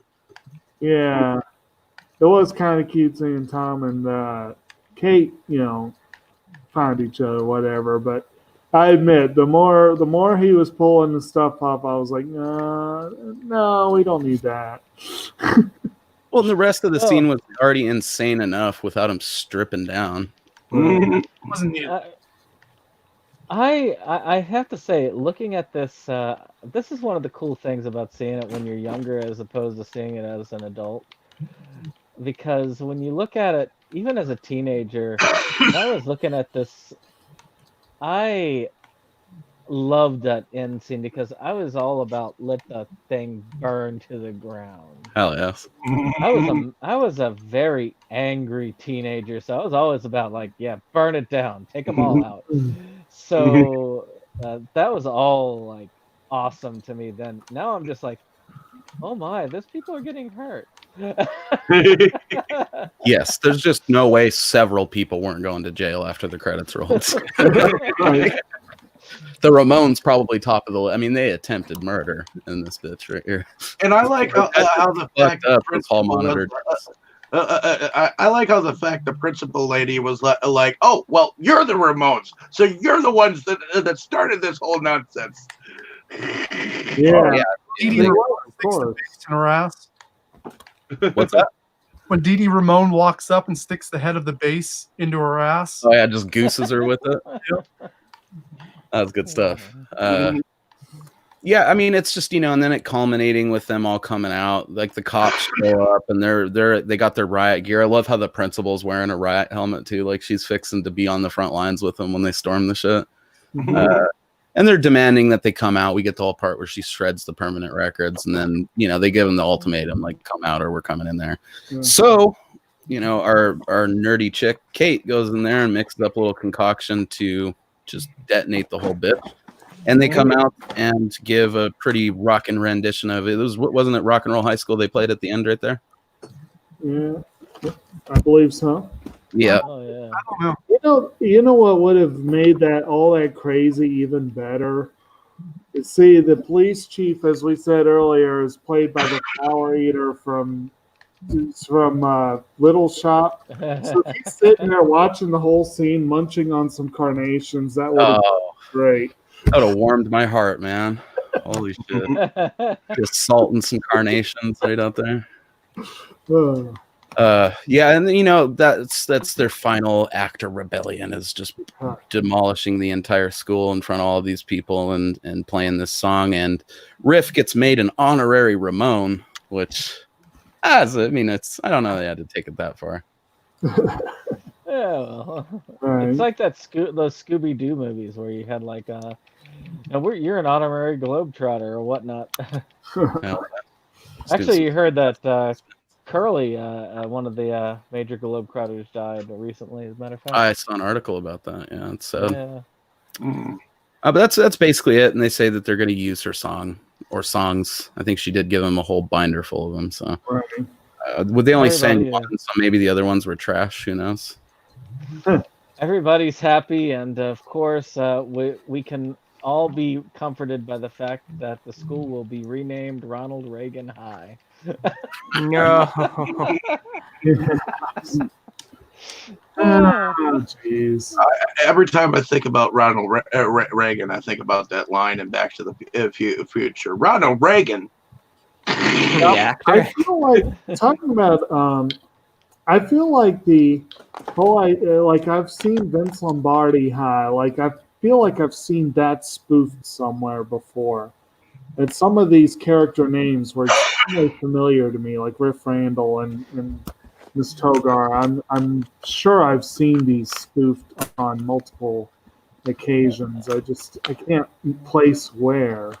Same Right. here. It's like There are a there's lot of witty references all over the place. Like I think Adam Green and Joe Lynch used to talk about this movie a lot, Yeah. and so now it's kind of like, oh, okay, I think I vaguely recall what they might have meant by that, or like you'll see like Vince Lombardi High School, like somewhere, and it's like, oh, that was actually a reference. I love that That's part a in the lot movie of- where they turn the picture of Vince around and it's a picture of the back of his head and then someone throws spaghetti at it. Someone just chucks a handful of fucking spaghetti at it and they're like, eat it, Vince. And then later you saw, I think it was that same portrait where they were getting ready to blow up the school. I think he had like his fingers in his ears or something. Yeah. Nice. Oh, I didn't catch that. Yeah. I mean, I don't know. I can't say enough, though, about that imagery of the Ramones just rocking out with the school burning down behind them. I mean, I think if there's like an iconic moment of the movie outside of obviously just how much of an impact the live show probably had on a lot of people, that whole scene is just amazing. Yeah, it's beautiful. All right. Did anyone actually watch the music video? I stumbled across it today and watched it, and I was like, okay, that's a nice little side bit. It was kind of fun. Yeah, they got a music video for that. Yeah, and it was kind of fun. Well, and kind of keeping with the whole stage musical theme too from the last time. I think this is. What's up? Did Did we lose Mom again? I think we might have. No. Oh well, but yeah, it was an excellent ending scene. Like I say, I think to me, it felt like it had more power for me when I was all about letting everything burn than it is now. I'm like, no, don't burn it all down. Yeah. Just part of it. Part of it can be done. Well, did we want to take a look at the special effects here? Since we talked about much of everything else. Yeah, The pyrotechnics were so convincing. yeah, that school burned good, bro. So did those Darn records. mice. Those mice, they blew up. That's kind of it, really. I mean, was there other special effects, really? They set some shit on fire and they blew up a mouse. We got the dude in the mouse suit, which I guess was sort of, it was cool looking, but it wasn't meant to be like super, convincing. It was supposed to be kind of cheesy. I think they all, that fit the tone of the movie. Fire is cool. And There was kind of, I don't know if this was intentional for the tone of the film or if it was accidental because of the low budget, or if it was simply that watching it on YouTube, I saw something that I wouldn't have seen normally. But I felt like there were several moments where the camera work felt super sped up. like, oh yeah, especially during the live footage, and then there was the part where they all scattered at the beginning of the movie. Yeah. And that was kind of interesting, but it definitely lent itself to that you can only take this but so seriously vibe. Right. I mean, really, the technical wizardry of the film is showcased in the paper airplane sequence.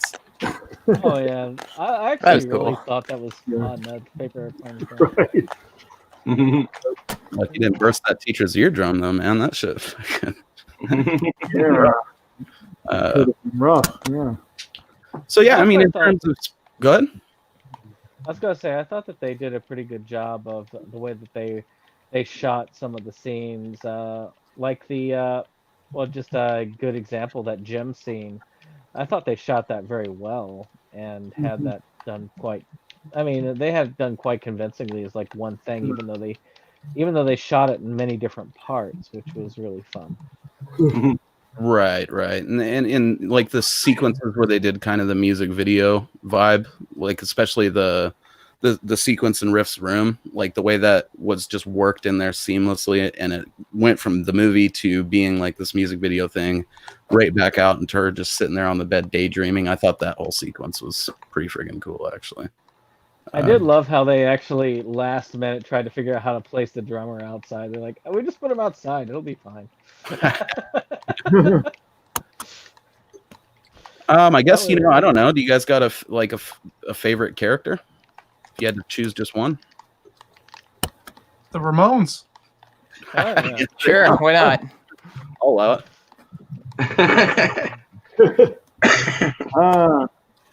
Like I said, I quite like. They were fun, but what was her name? It was fun too.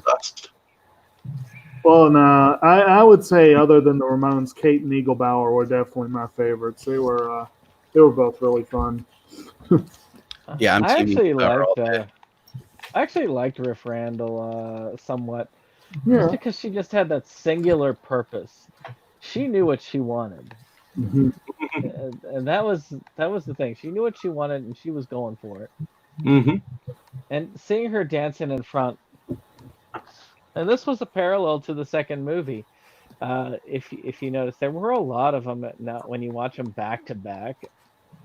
Watching the scene with her dancing in front, that was something they intentionally repeated that scene with whatever his name is. I have no clue anymore. But they repeated that scene in the second film with him dancing out in front of the crowd, which was really cool to see that Feldman? repeat. With Feldman's thing, because that energy was still there with Feldman, but just feeling it really psyched you up to watch the film. Yeah, I'm honestly surprised this movie didn't get, because it's more of like a cult classic type thing as opposed to something like Grease, But for my money, it's almost pretty close to being like the Grease of its time, maybe, like a similar sort of spirit, just off the walls, insane at the same time, It's like the Detroit Rock City of its time. That's actually a pretty good parallel. And there's pizza heavily featured in Detroit Rock City. They shroom that guy with the pizza. A good moment there. The best way to do the pizza shrooms right there. What about you, Dustin? You got a favorite character? I don't remember her doing a whole lot after a certain point, but I don't remember her name. The one with the glasses, who she's like writing nuclear physics articles in high school. Yeah. Like, I just thought that was such like a crazy concept. It's like, how can we like really play this character up? Got it.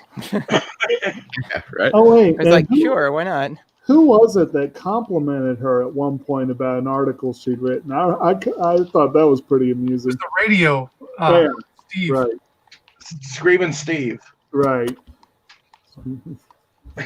Yeah, I mean, if she doesn't go immediately to jail because of that rock and roll riot that they held, she could be going places, Yeah.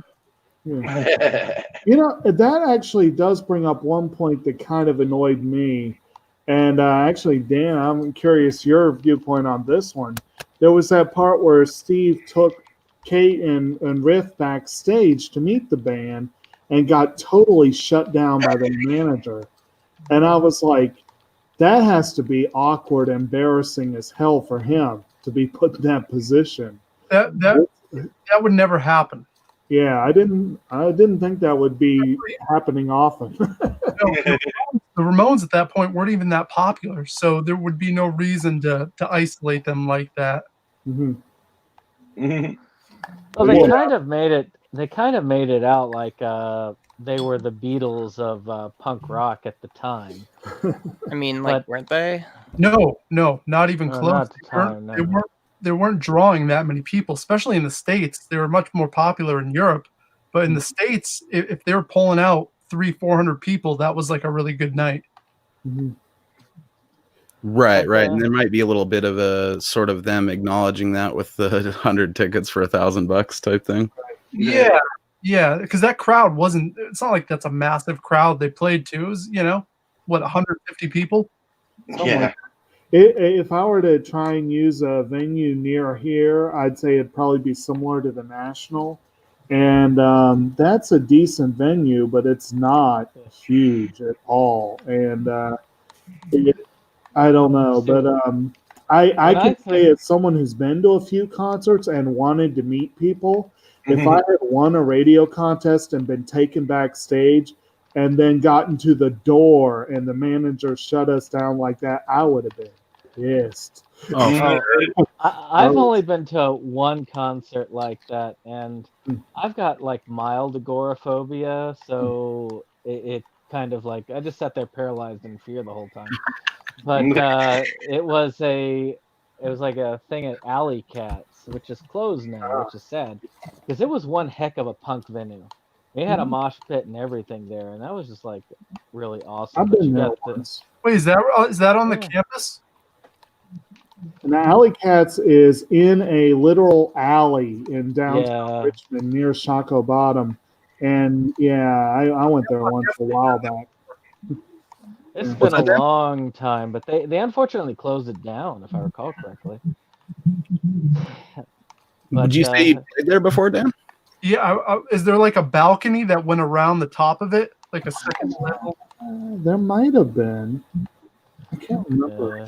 Pretty sure I played that venue. Yeah, Richmond was like Richmond at one time was just really awesome for punk rock.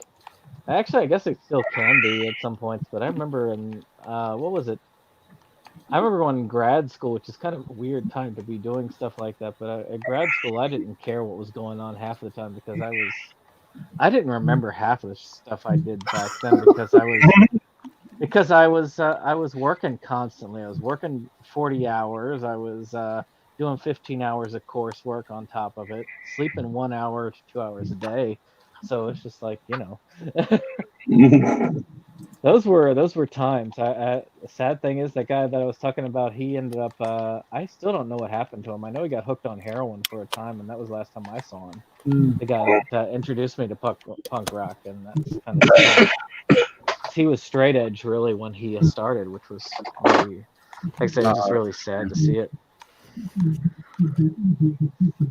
Yeah, it's a damn shame to see that happen. All right, you're straight edge, aren't you, Dan? What the hell? No, that was the club. What's going on with the muffled stuff going on in the back? I don't know. I heard that too. So you definitely played there before? Yeah, 100% played there. Cool. That's super cool, man. That's an Yeah. awesome play.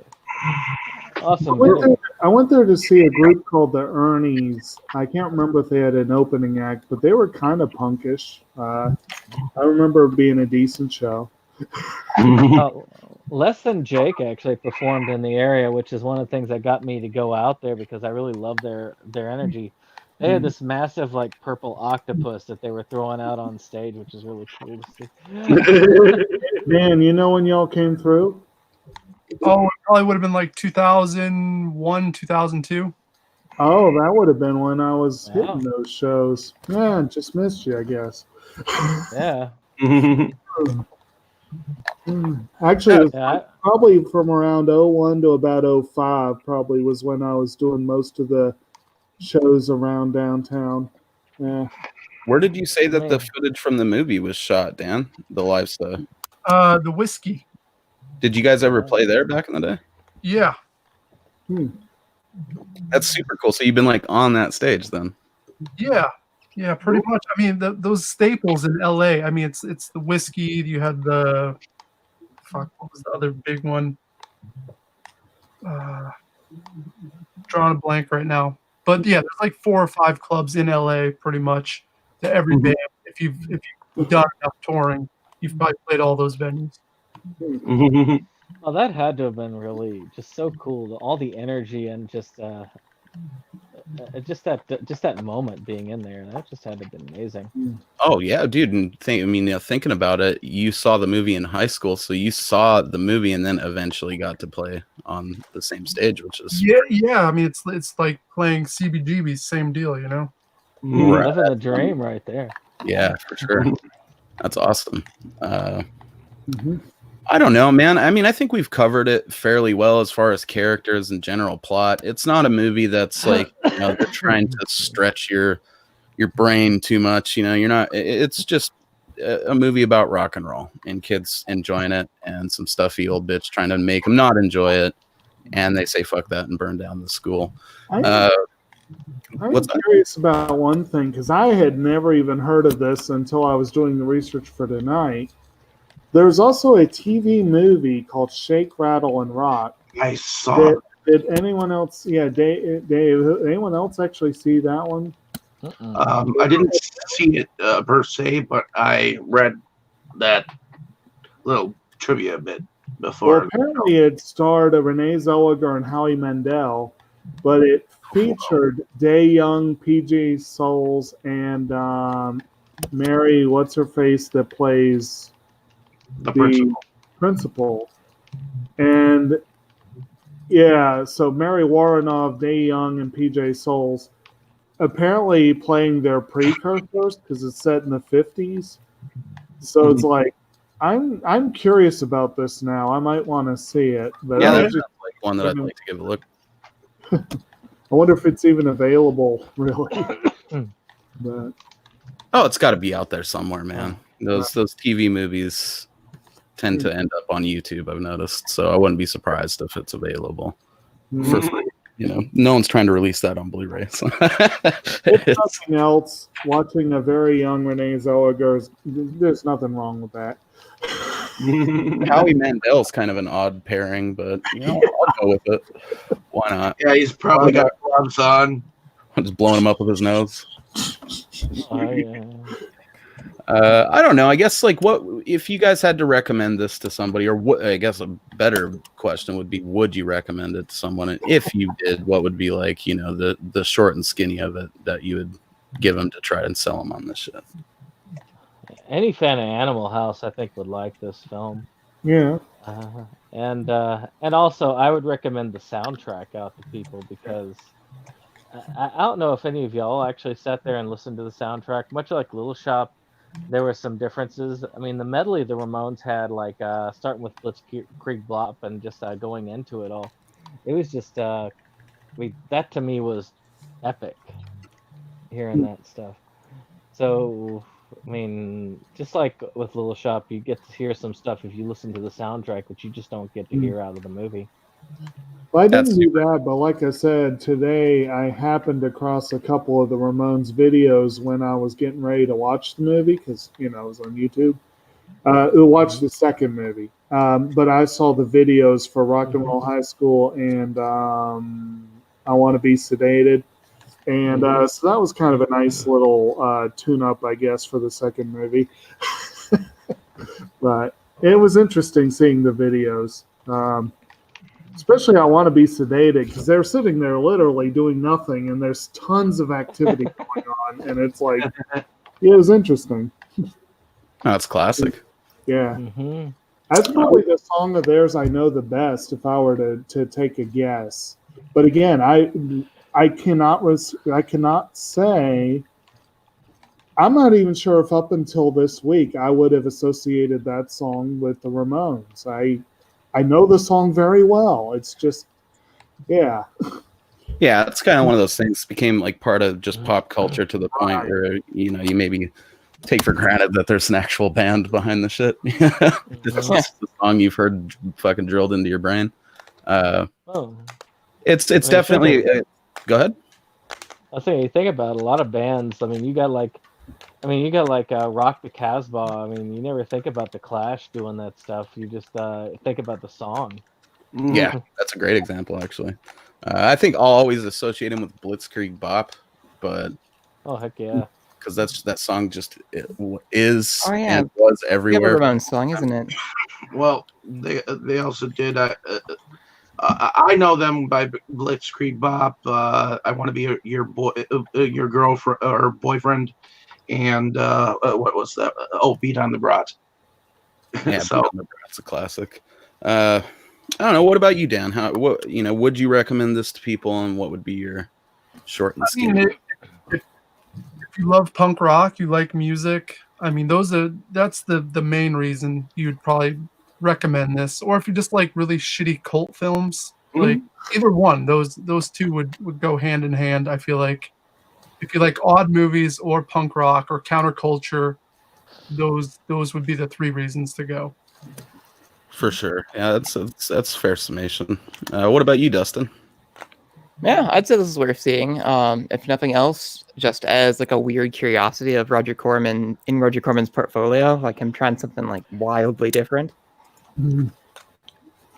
Yeah, it is. I'm happy I saw it. Fairly out in left field for him, you know. I feel like most of his other stuff is in a different area, you know. Well, in not fairness, like horror in the slightest. removed. I mean, What's that? he was more removed. He was basically the executive producer here, so he held the purse strings, as it were. Yeah, pretty much. Yeah. No, we're not paying for that guy. And here's a shitty, probably battery powered chainsaw.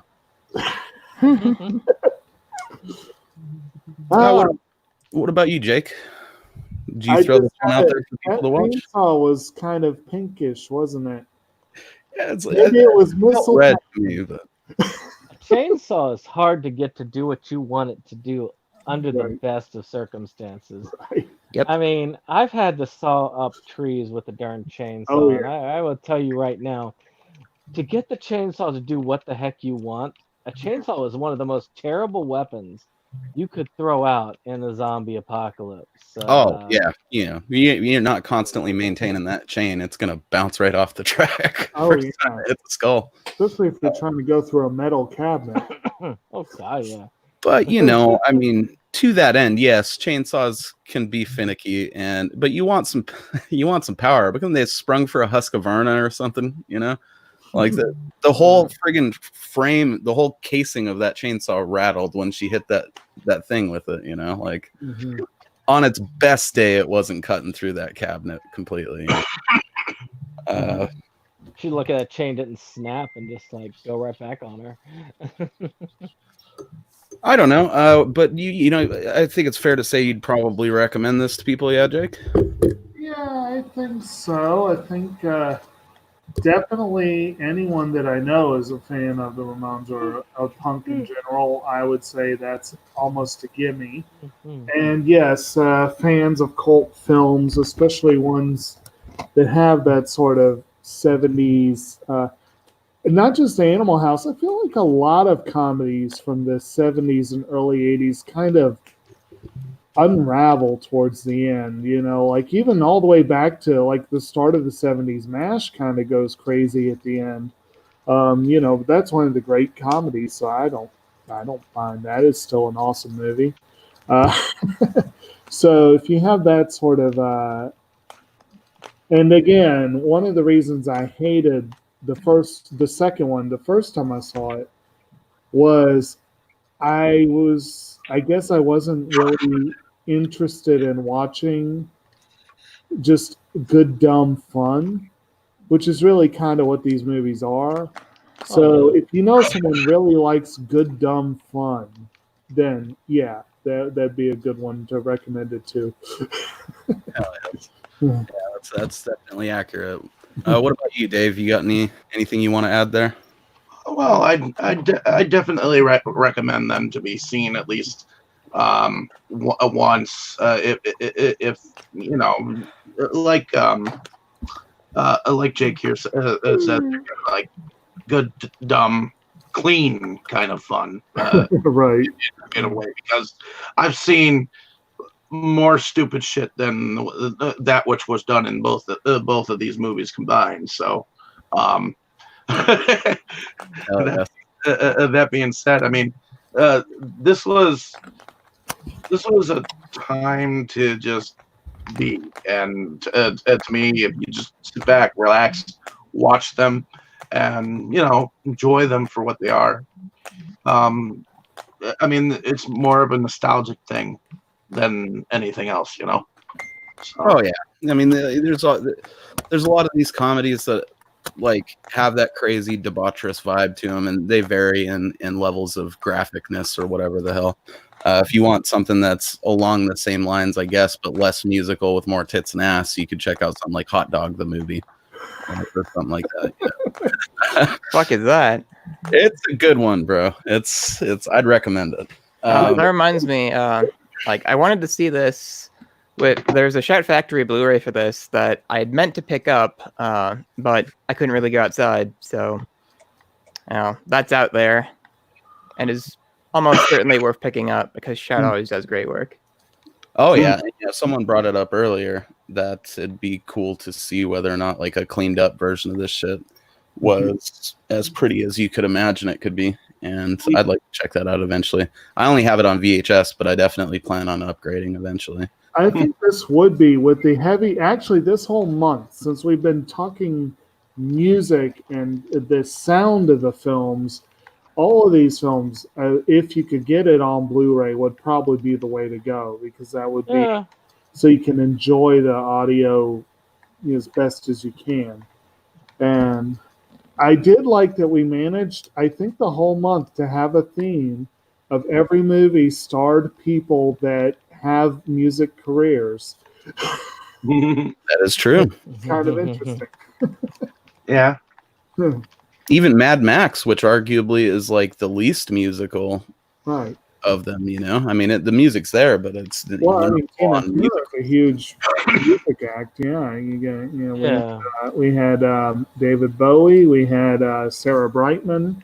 Heck, even Little Shop, Steve Martin's a banjo star. I mean, you know.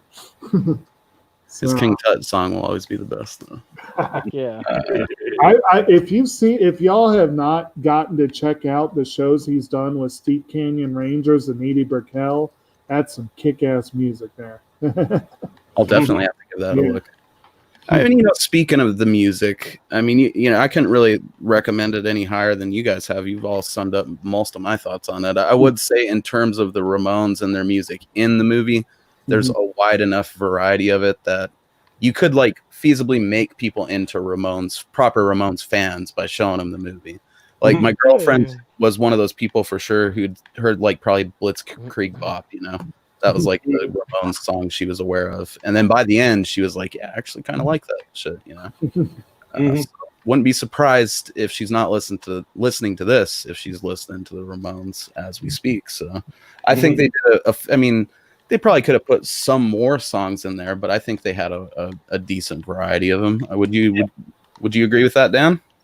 Well, you got to think it's 1979, and when did they film that? I'm not even sure if it came out in 79. Yeah. I'm guessing they only had the first 2 albums out at that point, maybe. So there's a ton of material to choose from because both albums had probably 12 songs on it or whatever.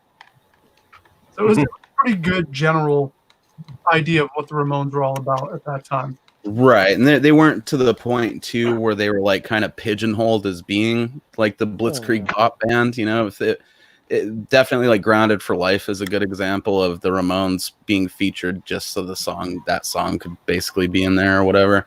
There was some deep cuts in there, you know, stuff that I wouldn't expect they would have used in the, you know, more ballady stuff, which was cool.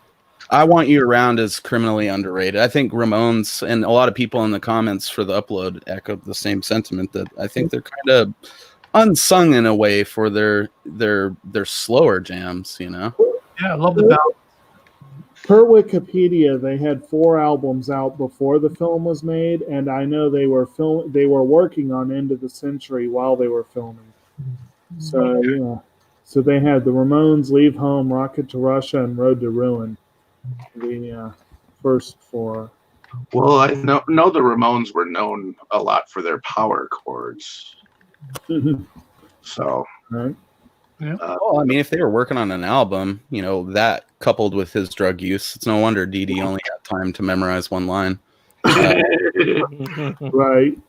Well, like I said, I went back and looked at that trivia thing that I found. Apparently, he was thrown in jail for getting into a fight with a roadie, and he OD'd while in jail and spent time at Cedar Sinai or whatever that hospital is. Yeah. So how the hell did he OD in jail? I mean, there's several scenarios and none of them. There probably are several, yes. And that was all while during the 21 days of production for this. Right. Living the life, man. That's an active life right there. But yeah, that would be my closing statement on it, is just that they showcase a nice variety of the Ramones music. So if you are one of those people that's only ever heard a song or two, definitely, pop this bitch in and get a little bit more of an understanding of them and their vibe at the time, and just enjoy it. Show it to your friends. So I guess the final thing I would say is, you guys want to throw out your favorite Ramones song? I think we'd be missing an opportunity there. I mean, I've already said Pet Sematary 20 times. Yeah, we got yours, but what about you, Dan? You got a favorite Ramones track? KKK Took My Baby Away, probably. What? Sounds fun. It's a great song. What about you, Brandon? Probably Blitzkrieg Bop. It just is. I don't know. After listening to it in that medley, it just got into me again. It is such a fucking fun song, It's just a shame that it has been overplayed to a point where it's like, unless I haven't heard it in a long time for whatever reason, I'm not usually as hyped on it, but it is a great fun song. I mean, shoot, I used to be all about Bohemian Rhapsody until Wayne's World came out, and then just it got overplayed, and I just got off of it for a long time. Well, Blitzkrieg Bop, KKK Took My Baby Away, that's obviously right up front as a savage title for a song. But Blitzkrieg Bop, I think because it's became such almost a bubblegum part of pop culture, it's easy to forget how kind of a savage title that is for a song, Yeah. What about you, Jake? You got a favorite Ramones track? See, I have to admit, that's one of those ones where I know the title, and I know I heard it in the movie, but I couldn't tell you which song it is. But the one that I know that I can put the title and the song and the Ramones together is "I Want to Be Sedated," and I guess "Rock and Roll High School." And I do love "I Want to Be Sedated," and I'm sure I love Blitzkrieg Pop. I'm sure I've heard it many, many times. They did play a couple in that medley that I definitely recognized. I'm not as big on the group to know which song is which. So I'm not a good Ramones fan, I'm afraid, but I enjoy it. Hey, those are both bangers, though. You know. Right. What about you, Dave? If you had to choose one, If I had to choose one, I'd have to say Teenage Lobotomy. and a close second is I Want to Be Your Boyfriend. So right on. I like Teenage Lobotomy a lot. I think if I had to choose a favorite, it's probably Sheila is a Punk Rocker. Because that's like, yeah, it's like the one where I fell in love with Joey Ramone's voice. You know. Yeah, the vocal delivery on just the whole chorus of that is like, I think perfectly personifies the uniqueness of his voice in a lot of ways. So that'd be my choice. That's, I think that we all gave some good selections there. I'm going to hand it back off to Dave here. Alrighty. Closing ceremonies. Sounds good. So why don't we start with you, Dustin? Why don't you tell us a little bit about yourself, what you do? Well, I'm a student and horror collector here in Milwaukee. So I used to find all kinds of great stuff, looking for used Blu-rays and just horror collectibles. But since we're kind of stuck inside for a while, well, not sure what we're doing. I do have an awful lot of stuff that I can review, though. So, that said, you can find my pickup videos and other content on my YouTube channel, The Crypt of Horrors, as well as my Instagram for my collection, also The Crypt of Horrors. I'm on the horror social media app, Slasher, which I need to update that a lot more. Yeah, I really got to start remembering that exists. I mean, I remember it exists. It's just kind of, I don't have time right now, Like, we're always, like, super busy with something. Even now in isolation, like, I still have schoolwork. Like, I still have time-sensitive stuff I have to do. It's ridiculous. Yeah, so we're trying to be more active on our different platforms. I started a Facebook page for all my stuff, the Apartment of Horror, I think is what I called it. I kind of forget Facebooking. So I got a invitation to do like a thing for some movie. I think it's called, I've only looked at the messages a couple times. I think it's called The Captive. It involves Scout Taylor Compton from the Rob Zombie Halloween.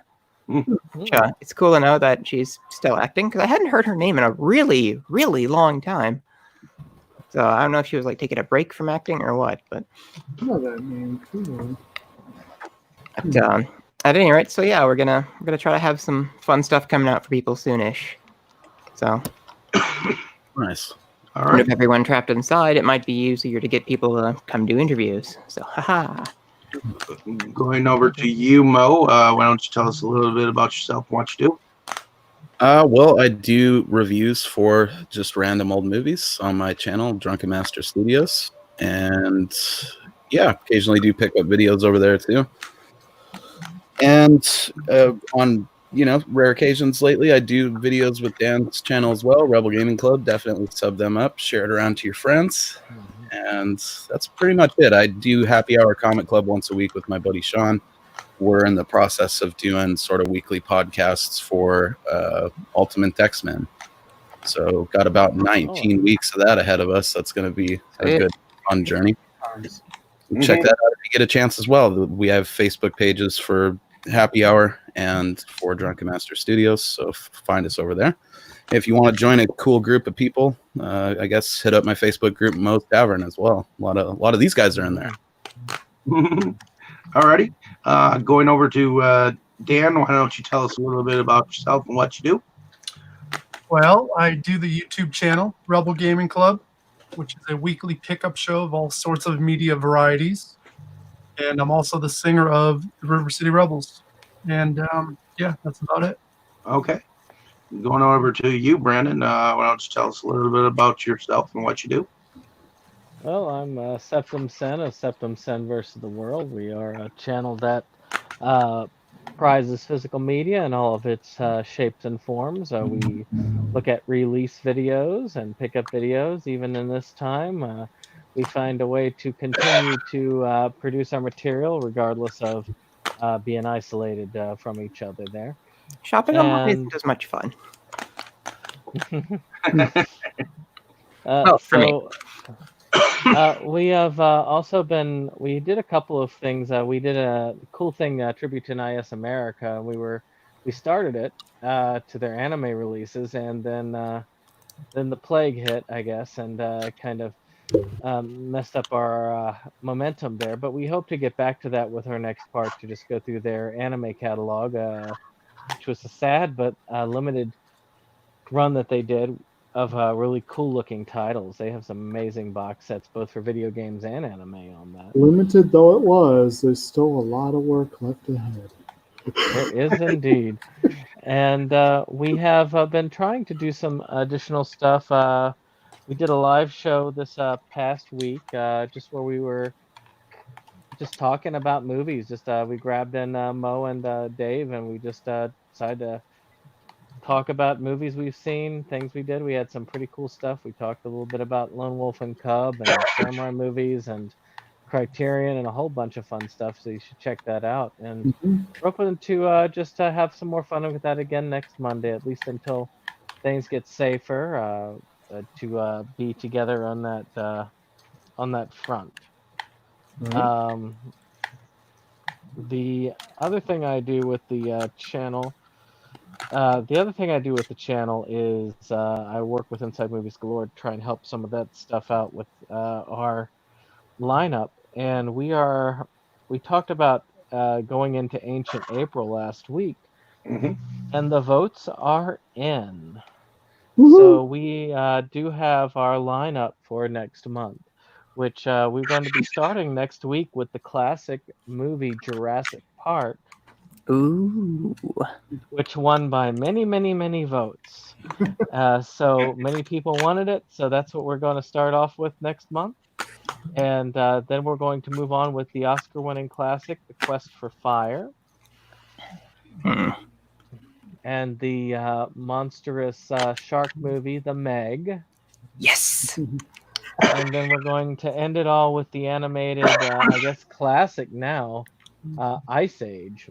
I was surprised at that. All right. Actually, I think I've seen that. I was really hoping for Deep Star 6. All right. I think in the spirit of Ancient April, we should do all the podcasts in grunts with subtitles like Clan of the Cave Bear. I think we like the technical capabilities. I don't know. Alrighty. And Jake, why don't you tell us a little bit about yourself and what you do? Hey, well, I'm Kotobuki Jake. I am a movie fan, collector, what have you. Also doing my best to weather the storm through here in Central Virginia as things are ramping up rapidly with the virus in Virginia, and it's so lovely. And dealing with one job being furloughed and the other one being way too busy for comfort. And meanwhile, I am, as Brandon said, we've been having fun with Septum Sin versus the World. I am actually slightly relieved at a longer period of time to try to get through the NIS catalog, and I am making good headway, but it would be nice to get part 2 done soon, so here's hoping. We did have a lot of fun with the live one, and hopefully we'll get to do more because that was good times. And maybe Dustin or Dan can join us for one. That'd be cool. We'd enjoy it. And actually, this is probably even more of a thing now with being sequestered somewhat. My mind makes very strange connections. And Dustin, I don't even know if you made this connection yourself, but you mentioned Scout Taylor Compton. I'm like, I know that name. I got to look it up. What do I know that name from? She played Lita Ford in the Runaways. And of course, the Runaways were contemporaries of the Ramones. I believe they toured together. So I was like, holy crap, that's a fun little accidental connection. Yeah, I noticed that the Warlocks there. I like how they had the tribute to the male bands, but they also on the Shagadelic vehicle they had Warlock, and of course Lita Ford. She is phenomenally beautiful at that time. All right, and actually, I don't know if any of y'all have watched The Runaways. I think I showed it to Brandon maybe as part of the movie game. It's a pretty fun little movie. I enjoyed it, and worth a look. But, Alrighty, and my name is David Straggy. I am one of the founding fathers of Inside Movies Galore, as well as Delusions of Grandeur, where we podcast here on Inside Movies Galore. But on Delusions of Grandeur, I do video videos from time to time and some video reviews when I can find the energy to do it. And definitely, I'm gearing up to do another video pickup video, so stay tuned for that. I've just been asked to do a video review for another new project that evidently some director asked me to do. So I'm gearing up to do that. And I guess we're starting this prehistoric a month here. So definitely looking forward to that. But I'm definitely not looking forward to this weekend because with the isolation stuff, I may or may not be sent home from my job. So depending on how little work needs to be done. So in any case, hopefully everyone here has enjoyed their time here. Thank you, Dan, for coming back on. It was a pleasure. And definitely hopefully y'all out there have enjoyed listening to our rambling about this film. And don't go blowing up any high schools that I know of, at least, or anything of that nature. I don't really want to see like any of my high schools like in the news or anything like that. So keep your eyes away from that rock music, okay? Right. In any case, have a good evening, morning, noon, or night, wherever you are. It's been a pleasure. Thank you so much. Till next week, same time, same channel.